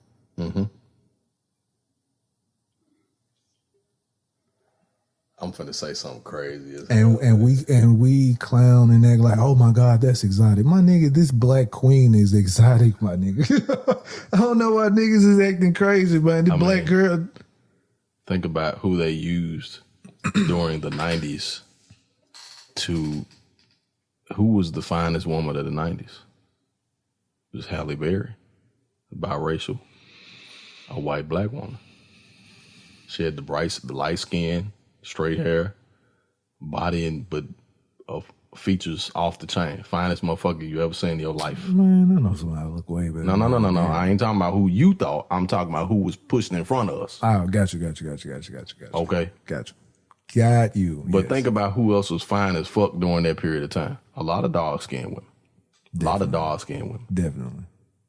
Definitely. Just now, you know why? Like you just said. Okay, we still talking about spells. And in this process. Everything BBW and big and black is beautiful now, right? But they using a big black woman to tear up shit. Every time you look around, I'm serious. Think about them two black women that support Trump. Two big black dark-skinned women. You see what I'm saying? Yeah. Right at the same time where big, black, and beautiful is appreciated. So we're going to put two big black women in front of everybody. Right? Right. During Biden's intro campaign, Stacey Abrams was out there. Right? Dark-skinned woman, full lips, right? Very intelligent, very smart. Much love to Stacey Abrams. Right? So think about that. Man, trust and believe. All I'm going to say is, damn, I don't want to say it like this because I don't think it's. Trust and believe if they gravitate towards you, and I'm using hand quotes, if they gravitate towards you and put you out in the open, 9 times out of 10 is because they think you're safe. And the other one would be because 9 times out of 10, they think you're funny. And I don't think, and I'm not talking about the funny like, haha, you're funny. Haha, let's, I like laughing at this person. Right. Type of thing.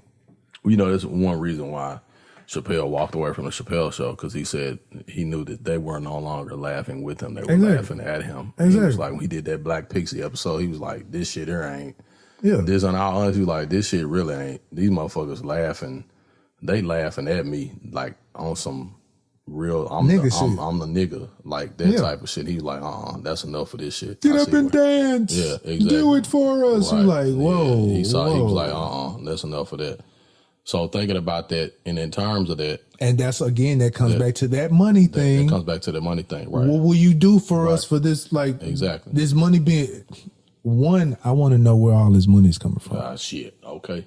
That's the first question I mean, because I I thought we were broke. Shit. Okay. I thought we were broke. Everything is credit. Everything is credit. It's all credit, man. I thought we were broke. It's all credit. It's all bullshit. Credit, bullshit. But money is coming out of the wazoo from out of nowhere that America's supposedly broke, mind you. Think about it, nigga. All I'm saying, we're supposedly broke. Oh yeah. But think about that. You know, when people talk about the I think that was maybe your lighter or something that was over there. Okay, as long as it wasn't the flower. No. The prescription is good, I think. The one understanding that we have to look at is when people say stuff, when they get on TV and speak, when they speak on the radio, when they speak in any type of form or whatever, what's being said is really not what's being said, right? And so when somebody says, hey, I'm going to do this for your community, right? But they don't say when it's going to happen. You know what I'm saying? Right. And also, like, there are lies that are always told. You know what I'm saying? And somebody who does not view a lie as a term or a phrase that necessarily has to, because there's a consequence that's supposed to go with lying, right? But somebody who lies often feels that there are no consequences, which is not correct at all, because the law of sowing and reaping is going to always happen, right? When you speak negatively, when you speak lies against other people, when you speak lies, even about yourself, I'm broke, I'm sad, I'm what you not. And in a lot of cases, we be lying on ourselves when we say this negative shit, right? Right. We really don't understand that. We're lying on ourselves, and we're lying on God most of the time. Man, I ain't got nothing. Man, God ain't blessing me. Man, I'm out here, man, on my own. Keep saying that shit. And you know what I'm saying? He's going to take everything that you get. Exactly. Exactly. You know so you ain't got nothing? Exactly. Oh, okay. I'm going to show you what nothing is about. What is nothing? You know what I'm saying? Let us define what nothing is. No, I'm going to define nothing for you and show you what it is, and show you that your definition is quite different than mine. You know what I'm saying? And so when we refer to ourselves, I'm a child of God, I'm a child of this, I am this person, that type of person, whatever, we have to be very, very sound, very, very careful, very, very understanding of what comes out of our mouths and into the air. And what we read, you know what I mean? Because even they knew how powerful words were. That's why they pushed the Bible in front of us and not other books, because they were able to use the Bible to manipulate us, right? Because they knew we had faith in God, you understand? And even though Christian texts and Christian literature was taught to them by us, you know what I'm saying? They were able to use a weakened people, a beat down, downtrodden people. They were able to use that as a method to continue to do so, right? Let me see that light. I don't know what happened to my zone. This zone must have rolled up under the... So when that character says, I am, she's like, who are you? She says, I am. She's getting mad. Like, huh? Who are you? I am. And then finally she gets it. Mm-hmm. Because then Hippolyta, in essence, becomes her. Mm-hmm. You know what I'm saying? Because she realizes I am. It encompasses everything. You know what I'm saying? That's why Jesus says, I am that I am. He's talking about I'm everything. Like, I'm everything. You know what I'm saying? This is God speaking. So when we speak in those terms, we have to realize also there's a responsibility that goes along with that, which means we can't treat people just any kind of way. We can't operate just any kind of way. We have to operate with the sense of releasing positivity into the world and in the earth, and what we do not only for ourselves and for others. You know what I'm saying? So when you say I am, all right, would you say I am man or I am a man? I am, period. Because I am doesn't have anything to do with what you was born with. No. Okay, so because at the end she said I am mother. Yeah. Which she resorted back to with being a mother. So Think that's why I'm saying, or would you say I am man or I am a man? I just say I am. I don't say man, nothing. I say I am. Because I am encompasses everything. And the reason why I say it like that and state it like that is because it goes beyond. But you don't want, I would say you don't want to encompass everything. It goes beyond manhood or womanhood. In her situation, she says, I am mother. I can say I am father, and I'm validated and I'm justified in it. But also, if any of us say I am, it encompasses everything that we are. You get what I'm saying? But that could be something negative also. No, it can't. No. But you are something negative. But think about it. You have to have the negative and the positive in order to have to produce power, right? Okay. You got to have both to produce power. Balance is power. You know what I'm saying? This is Libra talking now. Shout out to T.I. with that cold ass Libra album, by the way. I had to go and throw that in there. You got to have that balance. You know what I'm saying? So, but what I'm saying is, and to your point, you're absolutely right. We do have negativity within us, right? Because we have to have the balance. We can't always be positive. We can't always be on the joy juice. You know what I'm saying? We can't always be up and at 'em. Like there are times, because think about it.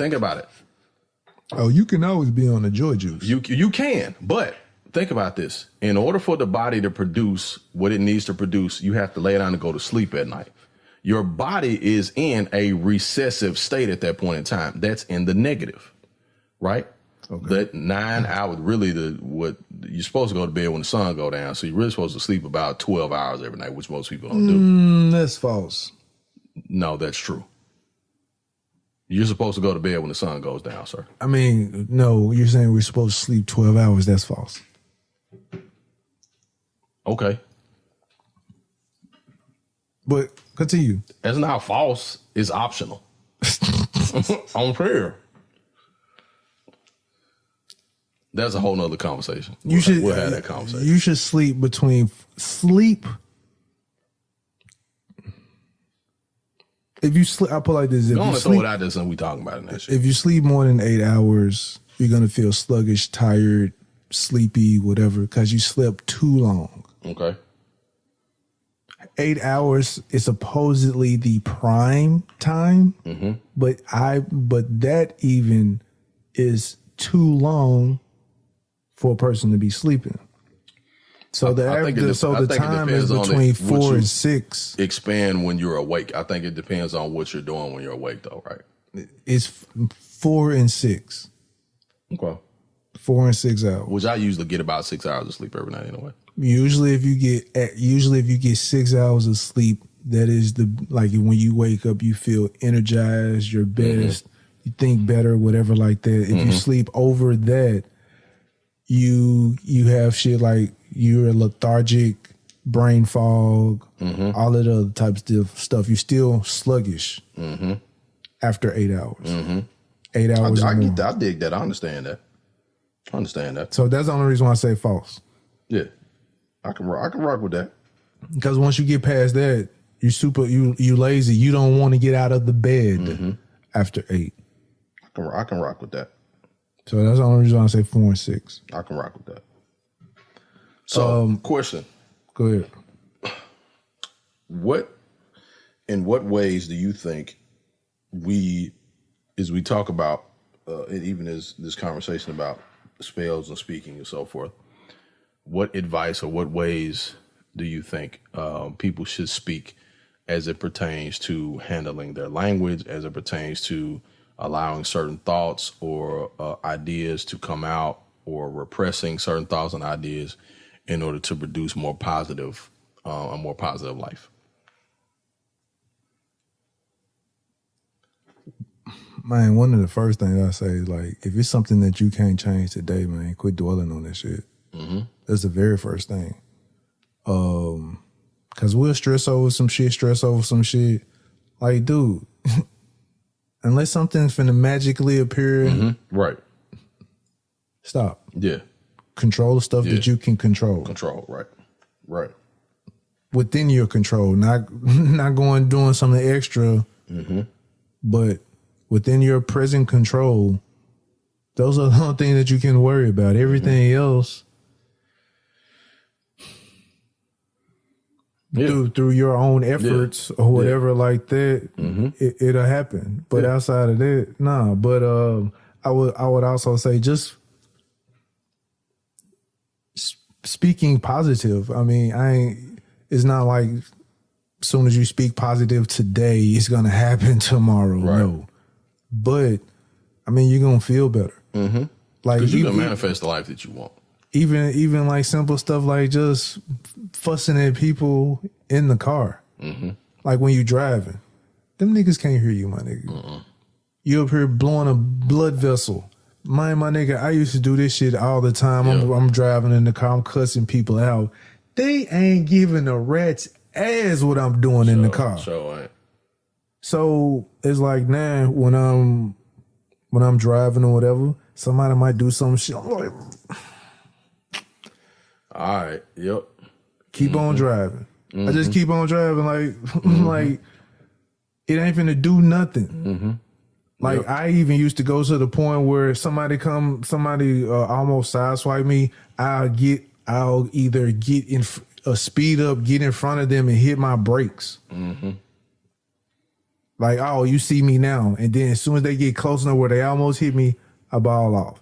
Right, shit like that. So, after a while, I'm like, man, that's hurting me more than it is them. Okay. Because I'm getting myself super fucking riled up, mad, angry, and it's there still after I do that, I'm still cursing them out or whatever like that.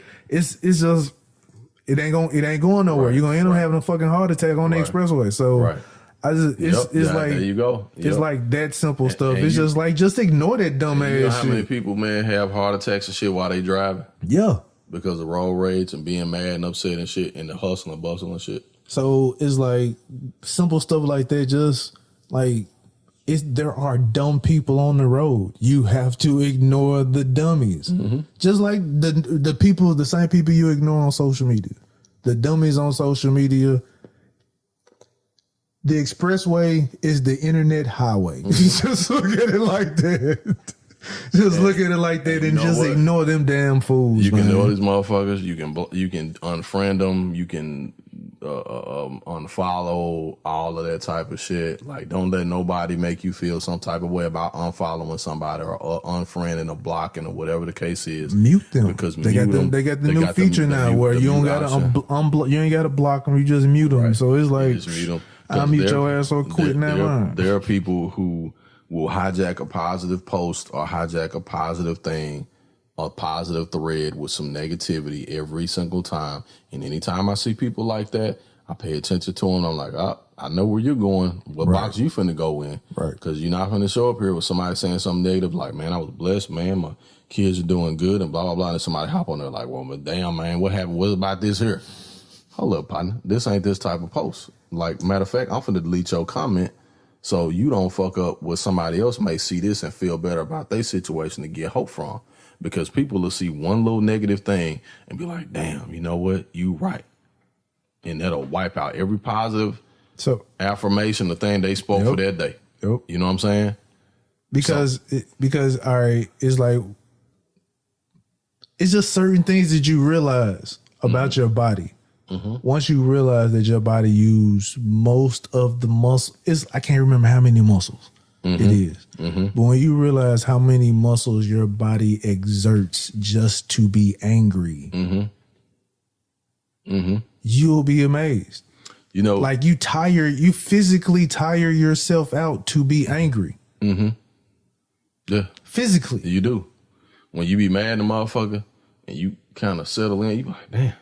Your shoulders and shit be all tight, tense, your neck be tense. Or you just wonder why you just fell asleep all of a sudden. Damn, man. But think about it. You remember what happens with little kids when they get a spanking, and the kids be mad and shit when they get a spanking, they wind up going to sleep. Yeah.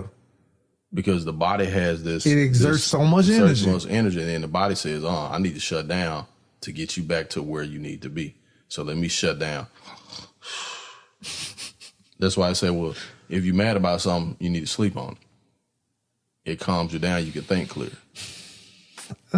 People say that. But that's the body's way of pulling you out of a stressful situation. Right. When it realizes it's in trouble, right. Let me calm down, shut down, because you continue to escalate, blood vessel, heart attack. It's not being rational. It's not being rational. You're going to fuck around and do something. You're going to do something to somebody, somebody going to do something to you. Yeah. That's that fight or flight. You know what I'm saying? So that's what, man, I'm telling you. And I got something really deep to point out that I just saw, and it's probably going to fuck you up because it just fucked me up. But go ahead. Because if people know me, like, I'm a hothead. Like, hothead. Let me say that right quick. So just to hear that people just hear me talk like this is like, man, I can't believe Jason like this. Like, for real. Mm-hmm. So it's just, again, how I just look at it is, how I look at things is just like, now it's like, what's the point? Mm-hmm. What's the point? What point am I trying to prove in this situation right now? Right. You know what I'm saying? So what they say, cooler heads prevail. Mm-hmm. That's what they say, but it's just like, well, yeah, but yeah, it's. I just can't comprehend it anymore. I can't entertain that energy. Mm-hmm. It's like once you see that energy, it's just like, man, I'm not gonna holler at you, man. Mm-hmm. You know what I'm saying? It's like it's not even worth. It's not even worth entertaining. It's not even. That's why the OK text is a powerful response to bullshit. So that's all I do when I'm on the expressway when I drive. When I see dummies who will be on the express, okay. If I see you like now, one thing that don't change, I still got a heavy foot when I'm on the expressway. I'm balling. Now, if you coming up and shooting past me, driving all crazy, and then want to get in front of me, nigga, I'm already going like 80. You know what I'm saying? So if I'm already doing that, you just want to get past me and then want to, like, okay, yeah. Now. I let up off the gas. I'm like, okay, this fool want to do what they want to do. But see, there's another thing that associated with how we speak and what we think is called self-control. Yep. I know how to control myself. I may not be able to control you or what you're doing, but I have power over me. I can control myself, which you can't control me, which means I have the power, right? And that's the other thing. We allow people to have control over us. We allow people to have control over us. This painting behind you, right? And correct me if I'm wrong, that's a Basquiat, right? That's correct. That is the Basquiat crown, correct? Correct.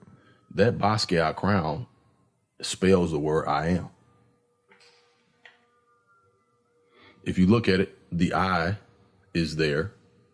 Right here. Exactly. The A is there. And if you flip it upside down, there's the M. I am. Interesting. I think no. Can't say that either. So, yeah, you might be onto something, sir. I have to look at that. I never even looked at it. Just look at it. There's the I. There's the A. You flip it upside down. There's the M. I am. And it's a crown. It represents royalty. It means power. Right? I call the shots.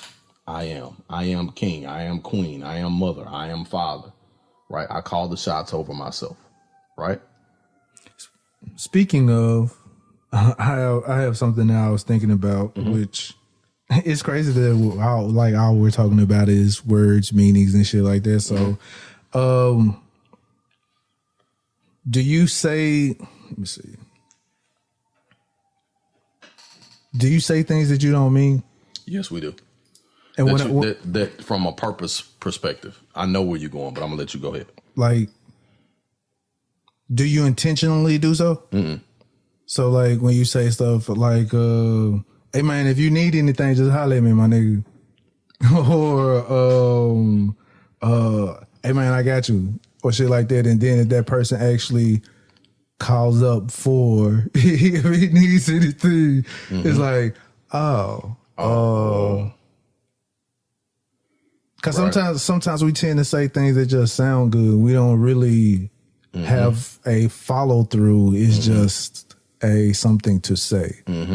So I try my best not to say those things. You know what I'm saying? So it's like sometimes I might not be like, hey man, if you need anything, holler at me, because I might not. So I don't say that. You know what I'm saying?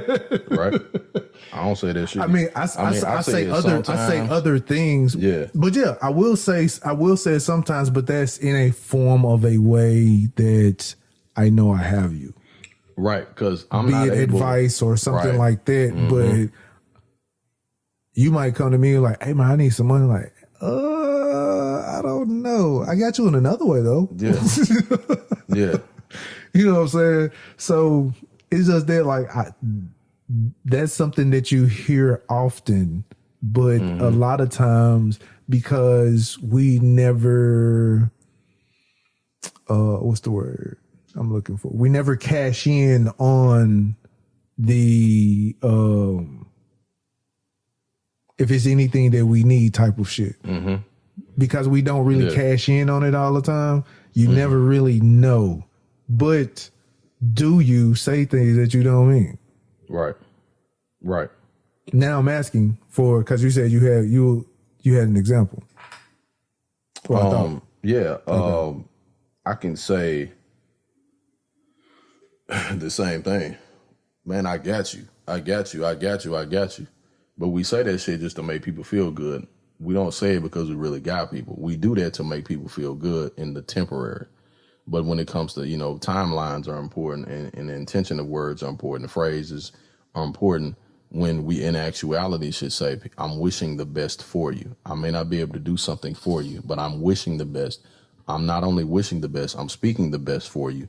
That if I'm not able to do something for you, somebody else is. Right? I wish you well. Yeah. Right? I wish. Here we go again, another word. A wish. Yeah. What is the genie? I rubbed the bottle, the we thing. We on it today, baby. And yeah, we really are, man. This is some good stuff going on. Yeah. I wish you well. You get 3 wishes. What are your 3 wishes? I'll grant you 3 wishes. But in order to get those 3 wishes granted, what do I have to do? I have to speak what my wish is. Right? I wish for blah, blah, blah. If you think about Christmas, you remember the Sears book used to come out, it was a wish list. Right. Big Sears wish list. And the kids would go in the book and circle all of the toys and stuff that they wanted for Christmas and then show it to their parents. Right. And then the parents would take the wish list and decide out of that wish list what they were going to get for their kids that they wished for. Right. If I wish for something, and also, here's the other thing. When you wish for something, you leave power to somebody else to provide it for you.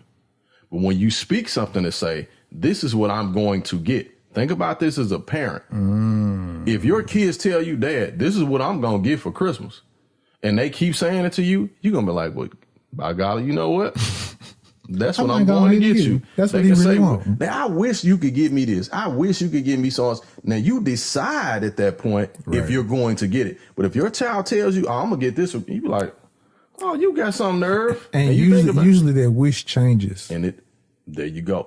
But when you say, I'm going to do this, that's something you're going to do. My 6-year-old daughter, Ivy, right now, she rarely ever says she wishes for anything. She tells me, Dad, when we going to Target?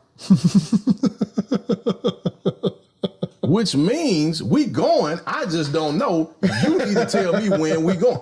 And I'm in my head like, I ain't take you to no Target today. And I look up that weekend, guess what the fuck I just did? I went to Target for you, or I took your ass to Target. You see how powerful words are? Right? So it applies the same way to us. We wishing for shit a lot of time when we just need to state it.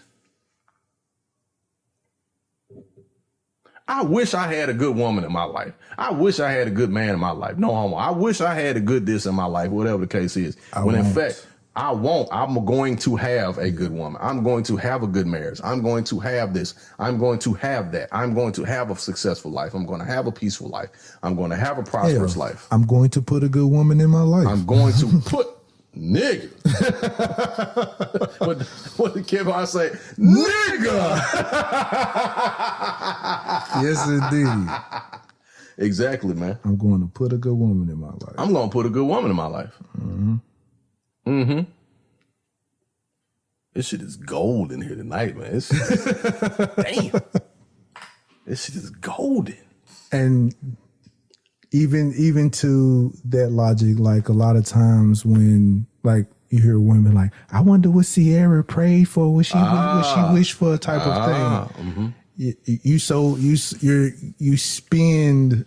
you spend maybe 70% of your days speaking negatively about men or a man. If you speak positively about a man, guess what? That positive man might become existent. Manifest. He might manifest to I'm you. adding the clapping because we don't have the clapping sound effects, so I'm adding that to it. Yeah, you got to add the clapping effects to that shit at some point in time. Gotcha. But yeah, you got to start speaking of that positive nigga that you looking for, that you want. And once you start speaking about, like, man, I wonder where this type of nigga is at. I wonder where this type of guy is at. After a while, you're going to start seeing that dude. Go. You change the word. I like how you change the word. You change the word from nigga to guy. Gotcha. You remember what Chappelle said when he go to the network and they was like, you can't say faggot. Right? Yeah, you can't say faggot because you're not gay, so you can't get away with it. He was like, well, I'm not a nigger either. And I say that shit all the time. Yeah. You know what I'm saying? Yeah. Mm-hmm. Gotcha. Yeah, man. But yeah, so if you're looking for a good man, it's like, man, I wonder where this good dude is at. I wonder where this type of good, you know what I'm saying? This good woman is at. After a while, you're just going to be at places that you enjoy to be at, and that person will be there. You know what I'm saying? Because a lot of times we tend to chase the thing, and we always end up looking at something that we normally gravitate toward. But if you just start going, and usually that's not a place that we really want to be at anyway. But if it's around places that you normally chill, that you normally be at, guess what? That junk it's going to be like, I ain't never recognized you here before. Type of shit. Oh yeah, I be here all the time. Just that one conversation. Then next time when you do see each other, now boom, you're like, you know what? I do like this person. You're genuinely meeting people instead of forcing yourself to enjoy someone or like someone or anything like that. I have a quick thought on that. We've engaged in what we thought we wanted and thought we needed for so long, and we've camouflaged, or we have mistakenly associated what we really truly want and need based on what we've been told we want or need by society, by previous experiences. Definitely society. By, that. And so we have to get to the point where we block out what we've been told about what a good woman is, what a good man is, what a good child is. What that good is to you. Right. Not what's on TV, what it is to you. What it is to you. And so when we get past that, when we break through that barrier, then we start to see what I call is when we step into, this shit is so good, man. When we step into the third eye thinking or higher level of consciousness, because now we see what we're meant to have. We see what we're supposed to have, and what makes us whole. And everything, everything just flows like you're in the Matrix. Like you just see the code. You see the code. Damn, that shit is good, dog. This is some good shit. Like you just see the code. You see the code and you see the glitches. Right. You know what I'm saying? You're able to recognize Mr. Smith when he shows up. Right. Even though he's hiding in other shit, you see, oh, that's Smith right there. I ain't fucking with that. Exactly. So the little junk that come through, and as soon as she start glitching, like, hey, you know what? I ain't gonna worry about you, Shawty. Keep on moving. Oh shit! The glitch in the Matrix. Damn. Yeah, I see you taking notes, my nigga. But yeah, it's This has been a wonderful show, by the way.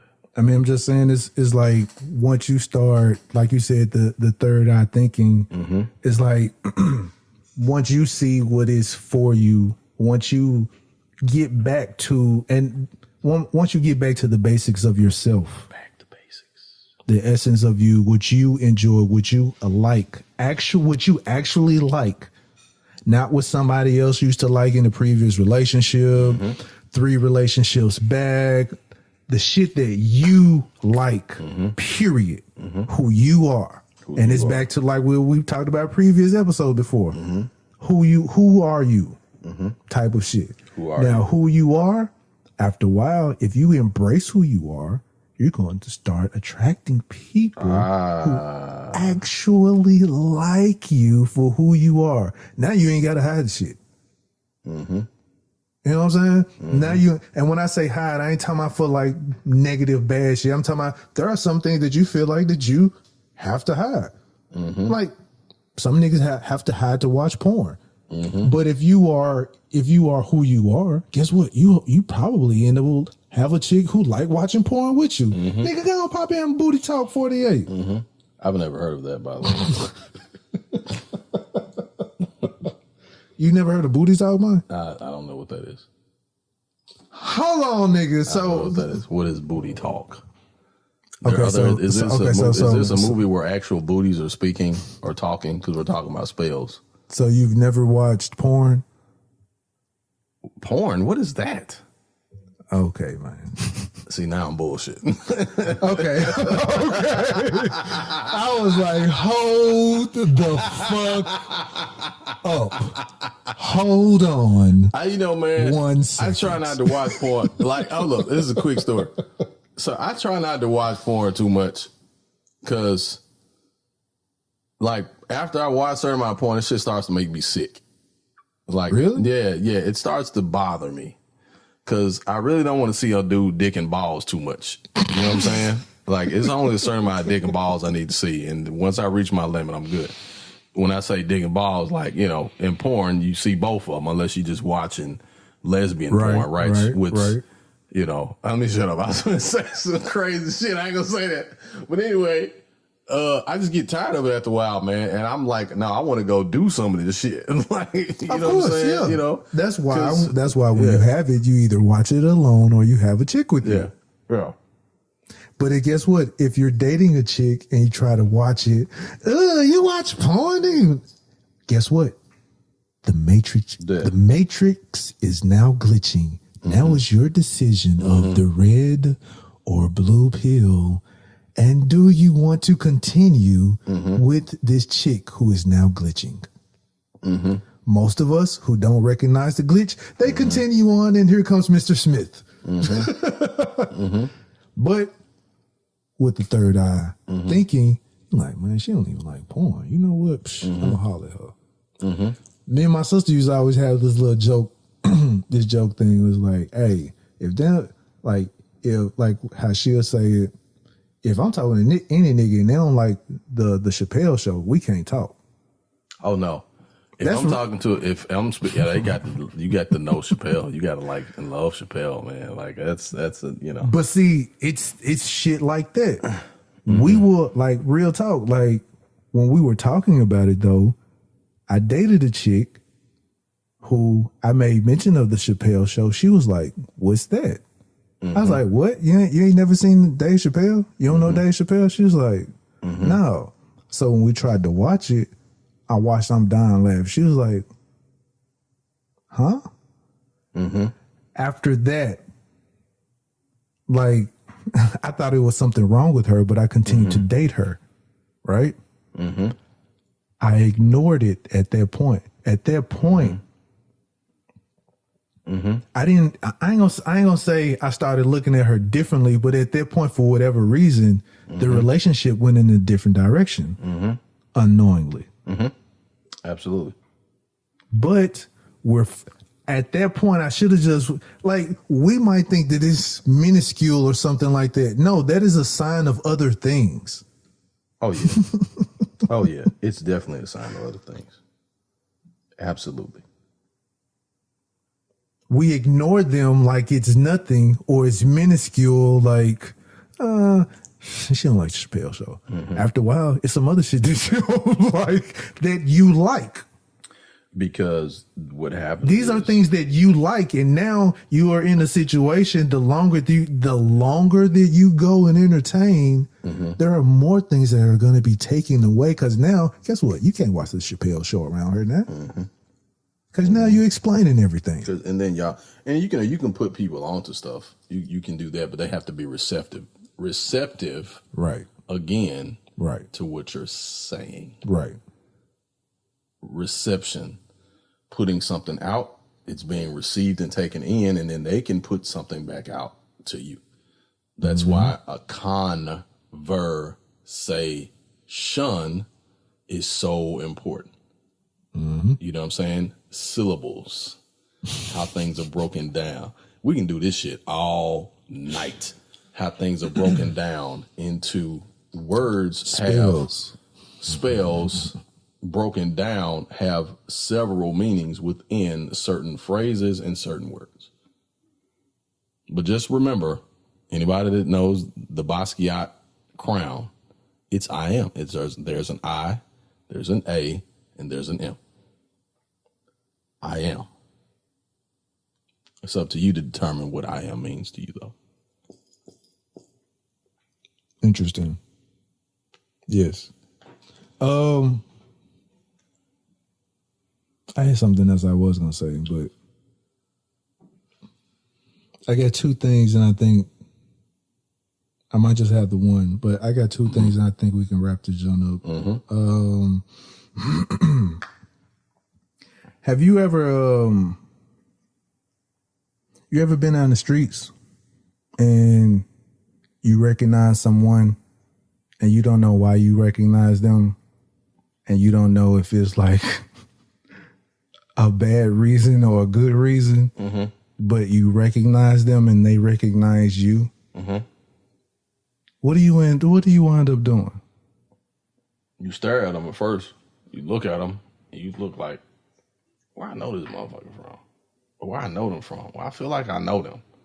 Like, I feel like, okay, so we are at an age now where, like, you're losing memory on certain things. Oh yeah. And so, because I was out one time, I was out in Crosstown one time, and I want to say it was like this event maybe, and it was this big dude, and I seen this dude. I mean, he came through. He had like an entourage with him too. He had like maybe like 7 niggas behind him, and he was like, he got big. He was like this. Yeah, damn. But I remember his face. I was like, man, this nigga look familiar. And he was walking by when I seen him, and it was that look where both of us was like,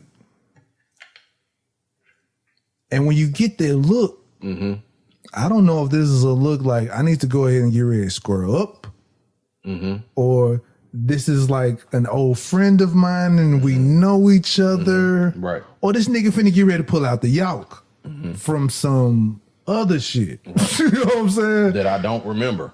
Exactly. Right. That shit spooky as fuck, dude. Yeah. Yeah. I was by myself. It was. This shit happens a lot when you by yourself, though. I was by myself. It's like 7. It was like 7 niggas around. This nigga, he looking at me. I'm looking at him. I'm like, where I know this nigga from? And then it's like I played the shit off as he walked by.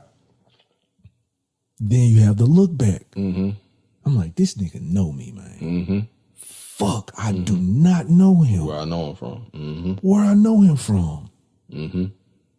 Now I got to keep my eye on you. Yep. Now I got to keep an eye on all 8 of y'all. Because I don't know what's being said. I don't know what's being said. Now I got to make sure, remember all 7 of these other niggas. Like, fuck, what do I know them from? Mm-hmm. Did I used to run with him? Did I used to avoid them for a reason? Right. Like, shit. I'll share this real quick. I've been in that situation before where I saw somebody where I thought I knew them and I really didn't know them.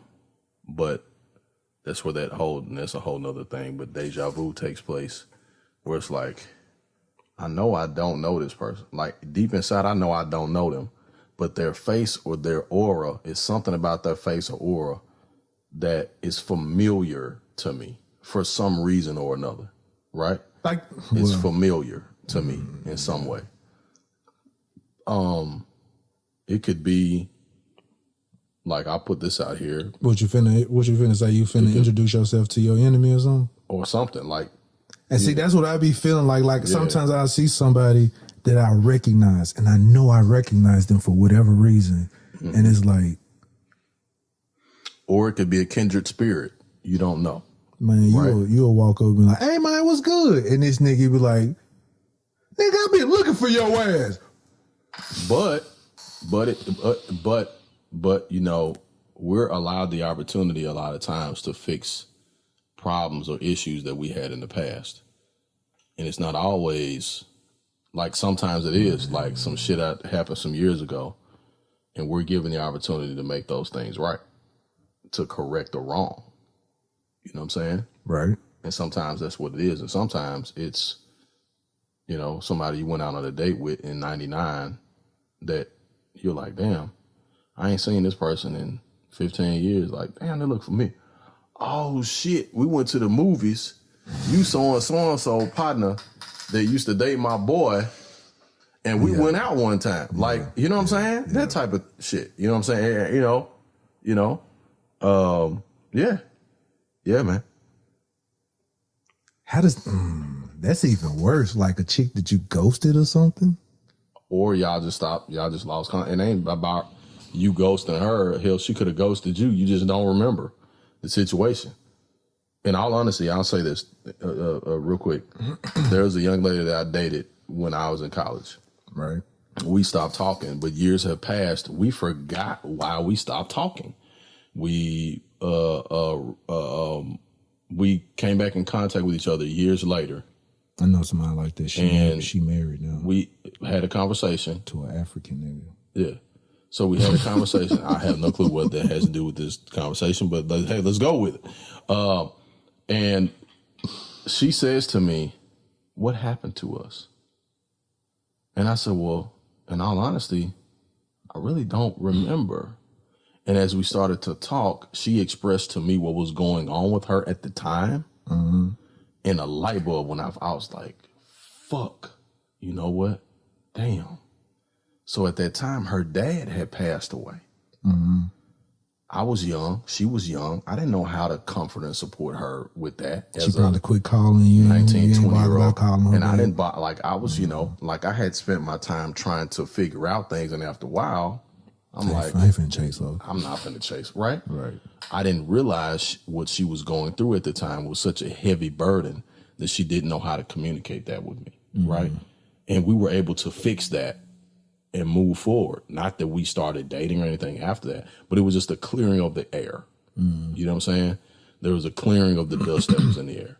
So again, speaking, conversation, powerful exchange of words that brought about healing. It brought about understanding, and it brought about, I'll say those two things. It brought about healing and understanding, where she was probably able to move on in another area, and I was able to move on in another area, but it was just something that needed to be fixed. You know what I'm saying? Gotcha. So, yeah. What's the title of this episode? I see the code.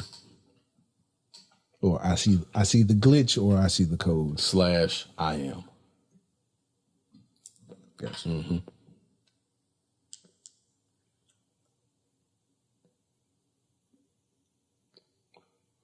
Long pause for cigar puffs. This is a good one, man. This is a good one.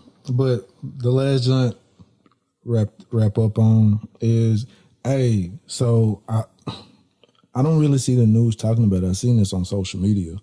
But so you know this new Borat movie coming out, right? You see the clip where Mayor Giuliani was caught soliciting sex to an underage girl. I didn't see that clip, but I already know it's fucking hilarious. I'm sorry. Not that it's hilarious that young girls are being solicited for sex. That's not funny to me. Now, the young girl is Borat's daughter. Yeah. She was soliciting sex. He is, I'm not sure. Well, the clip is he is laying on the bed. The girl is standing in front of the bed. Let me see if I can find it. But the girl is standing in front of the bed. He's laying on the bed. Who Giuliani is? Giuliani. Okay. Giuliani is laying on the bed, getting ready to unzip and pull that thing out. Okay. And then his excuse is like, no, that was not about to happen. I was fixing my pants. Word, my nigga. That's some crazy ass shit. Oh man, my nigga said he was fixing his pants. I was like, dude. I bet he was fixing his pants, fixing to pull his dick out of his pants. You freaky motherfucker. Giuliani's a freaky motherfucker, man. In front of an underage girl, though. Even if you fixing your pants, you fixing your pants. Man, I was like, dude. A freaky motherfucker, man. A lot of them old white dudes, and I don't give a fuck about saying, a lot of them old white dudes, some nasty motherfuckers, man. They do some weird sex shit. They always into some old weird ass shit, man. I love them in the underage something. Yeah, they into some weird shit. But anyway, I'm not gonna end the podcast talking about no weird ass white dudes. All I'm gonna say is, remember your words. Remember how powerful they are. Remember the purpose of your words. The purpose of what you speak every day. What you speak before you go to bed at night. What you get up in the morning. Make sure that what you say is with purpose and with understanding what you say. Pick your dictionary or pick your thesaurus up. There are definitely other words to use outside of, like, I'm starting to feel a kind of way. Well, I don't even really want to say it, but when people use, well, never mind. Well, I'll talk about it off the part. But what was I finna say?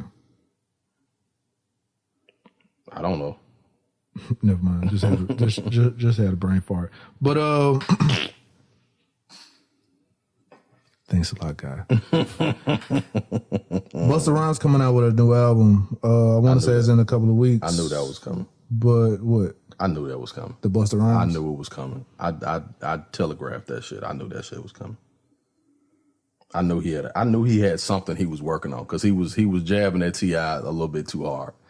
Like he was jabbing that a little bit too hard. I was like, Busta working on something. Yeah. Like Busta working on something. And that album, I think it's coming out on the 30th, which I guess will be Halloween or whatever like that. But he got a new junk coming out, so that's why he's been going at the T.I. But T.I., they finna get ready to do a T.I. versus Jeezy battle. Yeah, versus Jeezy. I think that might be dope. That's perfect. It's perfect. I got one thing. Did you see the mugshot of Bill Cosby? They showed the Bill Cosby mugshot. Yeah. Did you see that junk? I saw it. Yeah. What you feel about? How you feel about this? This damn near 100-year-old man in jail, man. That's what he looks like. He looks like an old man in jail that is unkept and he's in prison. He's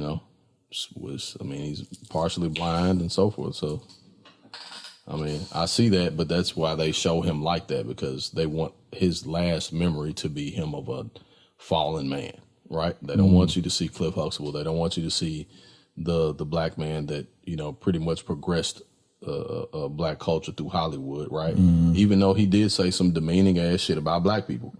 He really did. He was not supportive. He was not supportive of a lot of stuff that we do, which he paid the price for that because we let him know we wouldn't we didn't accept what he said. You know what I'm saying? But and maybe he needed what I was about to say. Well, I forgot to bring up topic, but maybe he needed a humbling. And that's what I was gonna be like. What is that with Icarus? He flew too high to the sun, his wings burned, and he fell out of the sky. Yeah. But what is being humble? Why do you have to be humble? Because, humbled. Man, you know, you get full of yourself instead of what you should be full of. Right. And the last one I think I want to go off on. What do you think a dude who get caught jacking off on the Zoom call? You remember? Did I send that junk to you? You didn't, but somebody was talking about it at the cigar shop the other day. Now I'm not talking about the. I know what you're talking about. I'm not talking about the Lubin dude. No. I know what you're talking about. I know it's because one of the guys at the cigar shop was like, "No, this shit just happened this week. It's an actual." He was an executive at a company. So I just sent it to you for the look at. But it's hilarious, especially because it's like 3, 6, 7, 8. It's like 8 different people on the Zoom call. So if you look at it 9, 10 different times, you get to see everybody's different expression to what this nigga is doing. Yeah. And okay, so people, what I'm talking about, I'm not sure if you've seen it, but there was like a 9 people call Zoom meeting. Dude in like the top left corner, he was like, "Hey y'all," he comes in and says, "Hey y'all, this meeting has nothing to do with me, so I'm gonna go ahead and get on out of here, and I'll just come back to y'all later." So he thinks that his camera is off. He gets up, leaves the room, and he comes back. When he comes back with a bottle of lotion and some paper towels or a towel. Now, one of the girls already was like, "Oh shit, hey man, your camera's still on." He ignores all of this. All of a sudden, he gets ready. He's getting himself prepared, I guess you could say. Then all of a sudden, he sits down in his chair. He gets ready and squirts the lotion in his hand, and he's reaching. He just gets ready and starts, and everyone is just looking at him like, "Oh my God, no. Hey, your camera's on. Hey, dude, your camera's on. Hey." It was like watching a train wreck. You know you can't do nothing about this shit, but you can't turn away. Everybody's picking up the cell phone trying to call this dude. This nigga is dedicated to the jack. Yeah, it's like this is something he's been looking forward to. He's like, "Man, Melissa in accounting has always been finding me. Goddamn it, I can't wait. Ain't nobody stopping this today. Like, nobody stopping this shit, nigga. I've been in this house. We're on quarantine, and I ain't seen Melissa ass in no meetings and shit. And she looking pretty. Let me go ahead and take her this business, nigga. Dude, it's like 4 different people trying to call this." Motherfucker. It's 4 different people trying to call this man on the cell phone. Oh my God, man. That's gotta be the embarrassment. Then you get the little white girl that's right underneath him. "Hey, your camera is still on, man." and one dude jump up from his camera like, "Oh shit. Is this nigga beating his dick in front of everybody?" Like you can see it. Like, and even one lady's like, "Oh hell no, I can't stay here." But the black lady, she gets off of the thing. She cuts her shit off like all the way. She's like, ain't nobody finna be asking me to come in and sit down and talk about this shit. Let me cut this shit all the way off. I ain't finna. The other lady's like, "Hey, you, hey, stop that. Hey, we can see you." Hey, he can't hear shit. Hey, I'm gonna tell you again. The chick that's right underneath him. Yeah. When he came in with the lotion, she already knew what it was. She was like, "Hey, your camera's off." Your camera's off. No. Oh my God, no. She knew off the rip what was going on. Yeah. And the one dude is like, "Hey," he's like, he looking like, and then the one lady took her cup and she put it to her mouth like, "I know this motherfucker." She was sipping the tea. She was looking like, "This nigga is not finna jack off on this call. This nigga is finna jack off. Oh my God, oh my God.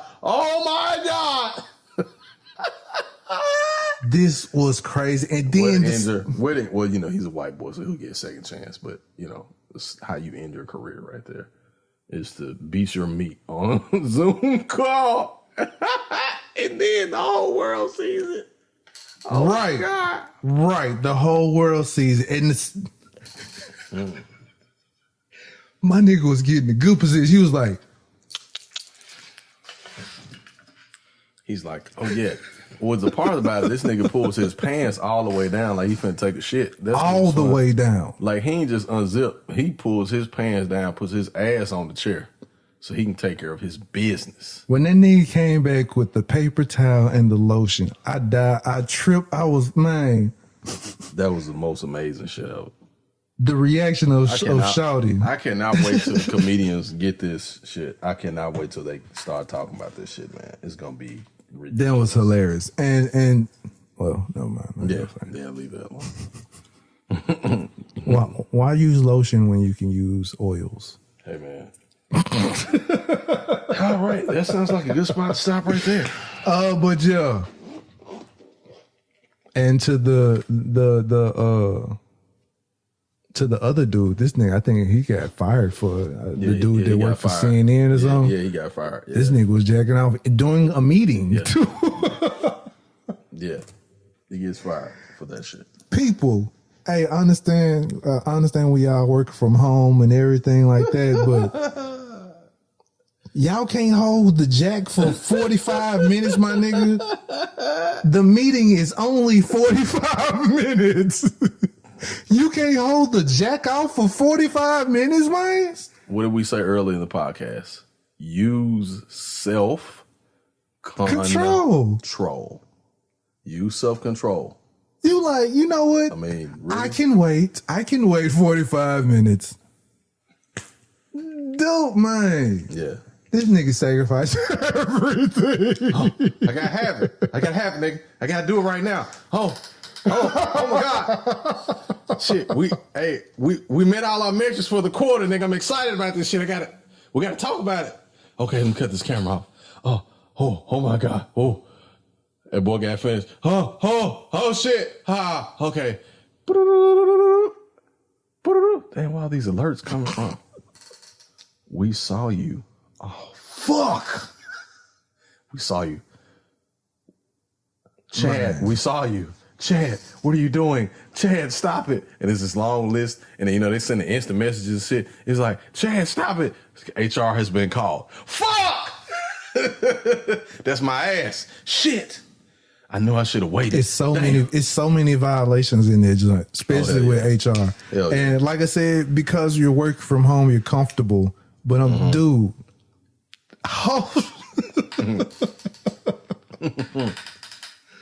I was gonna say hold off, but pause, but still like.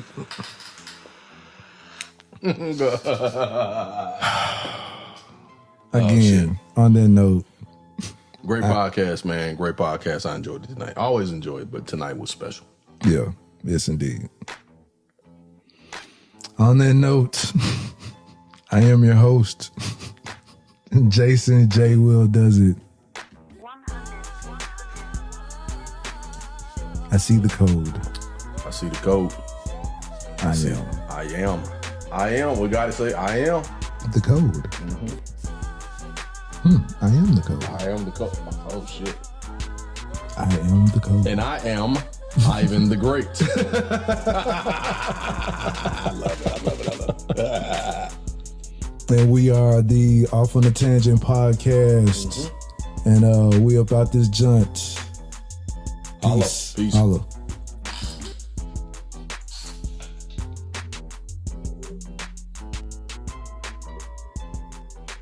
You did get all that shit right. Yes. All right.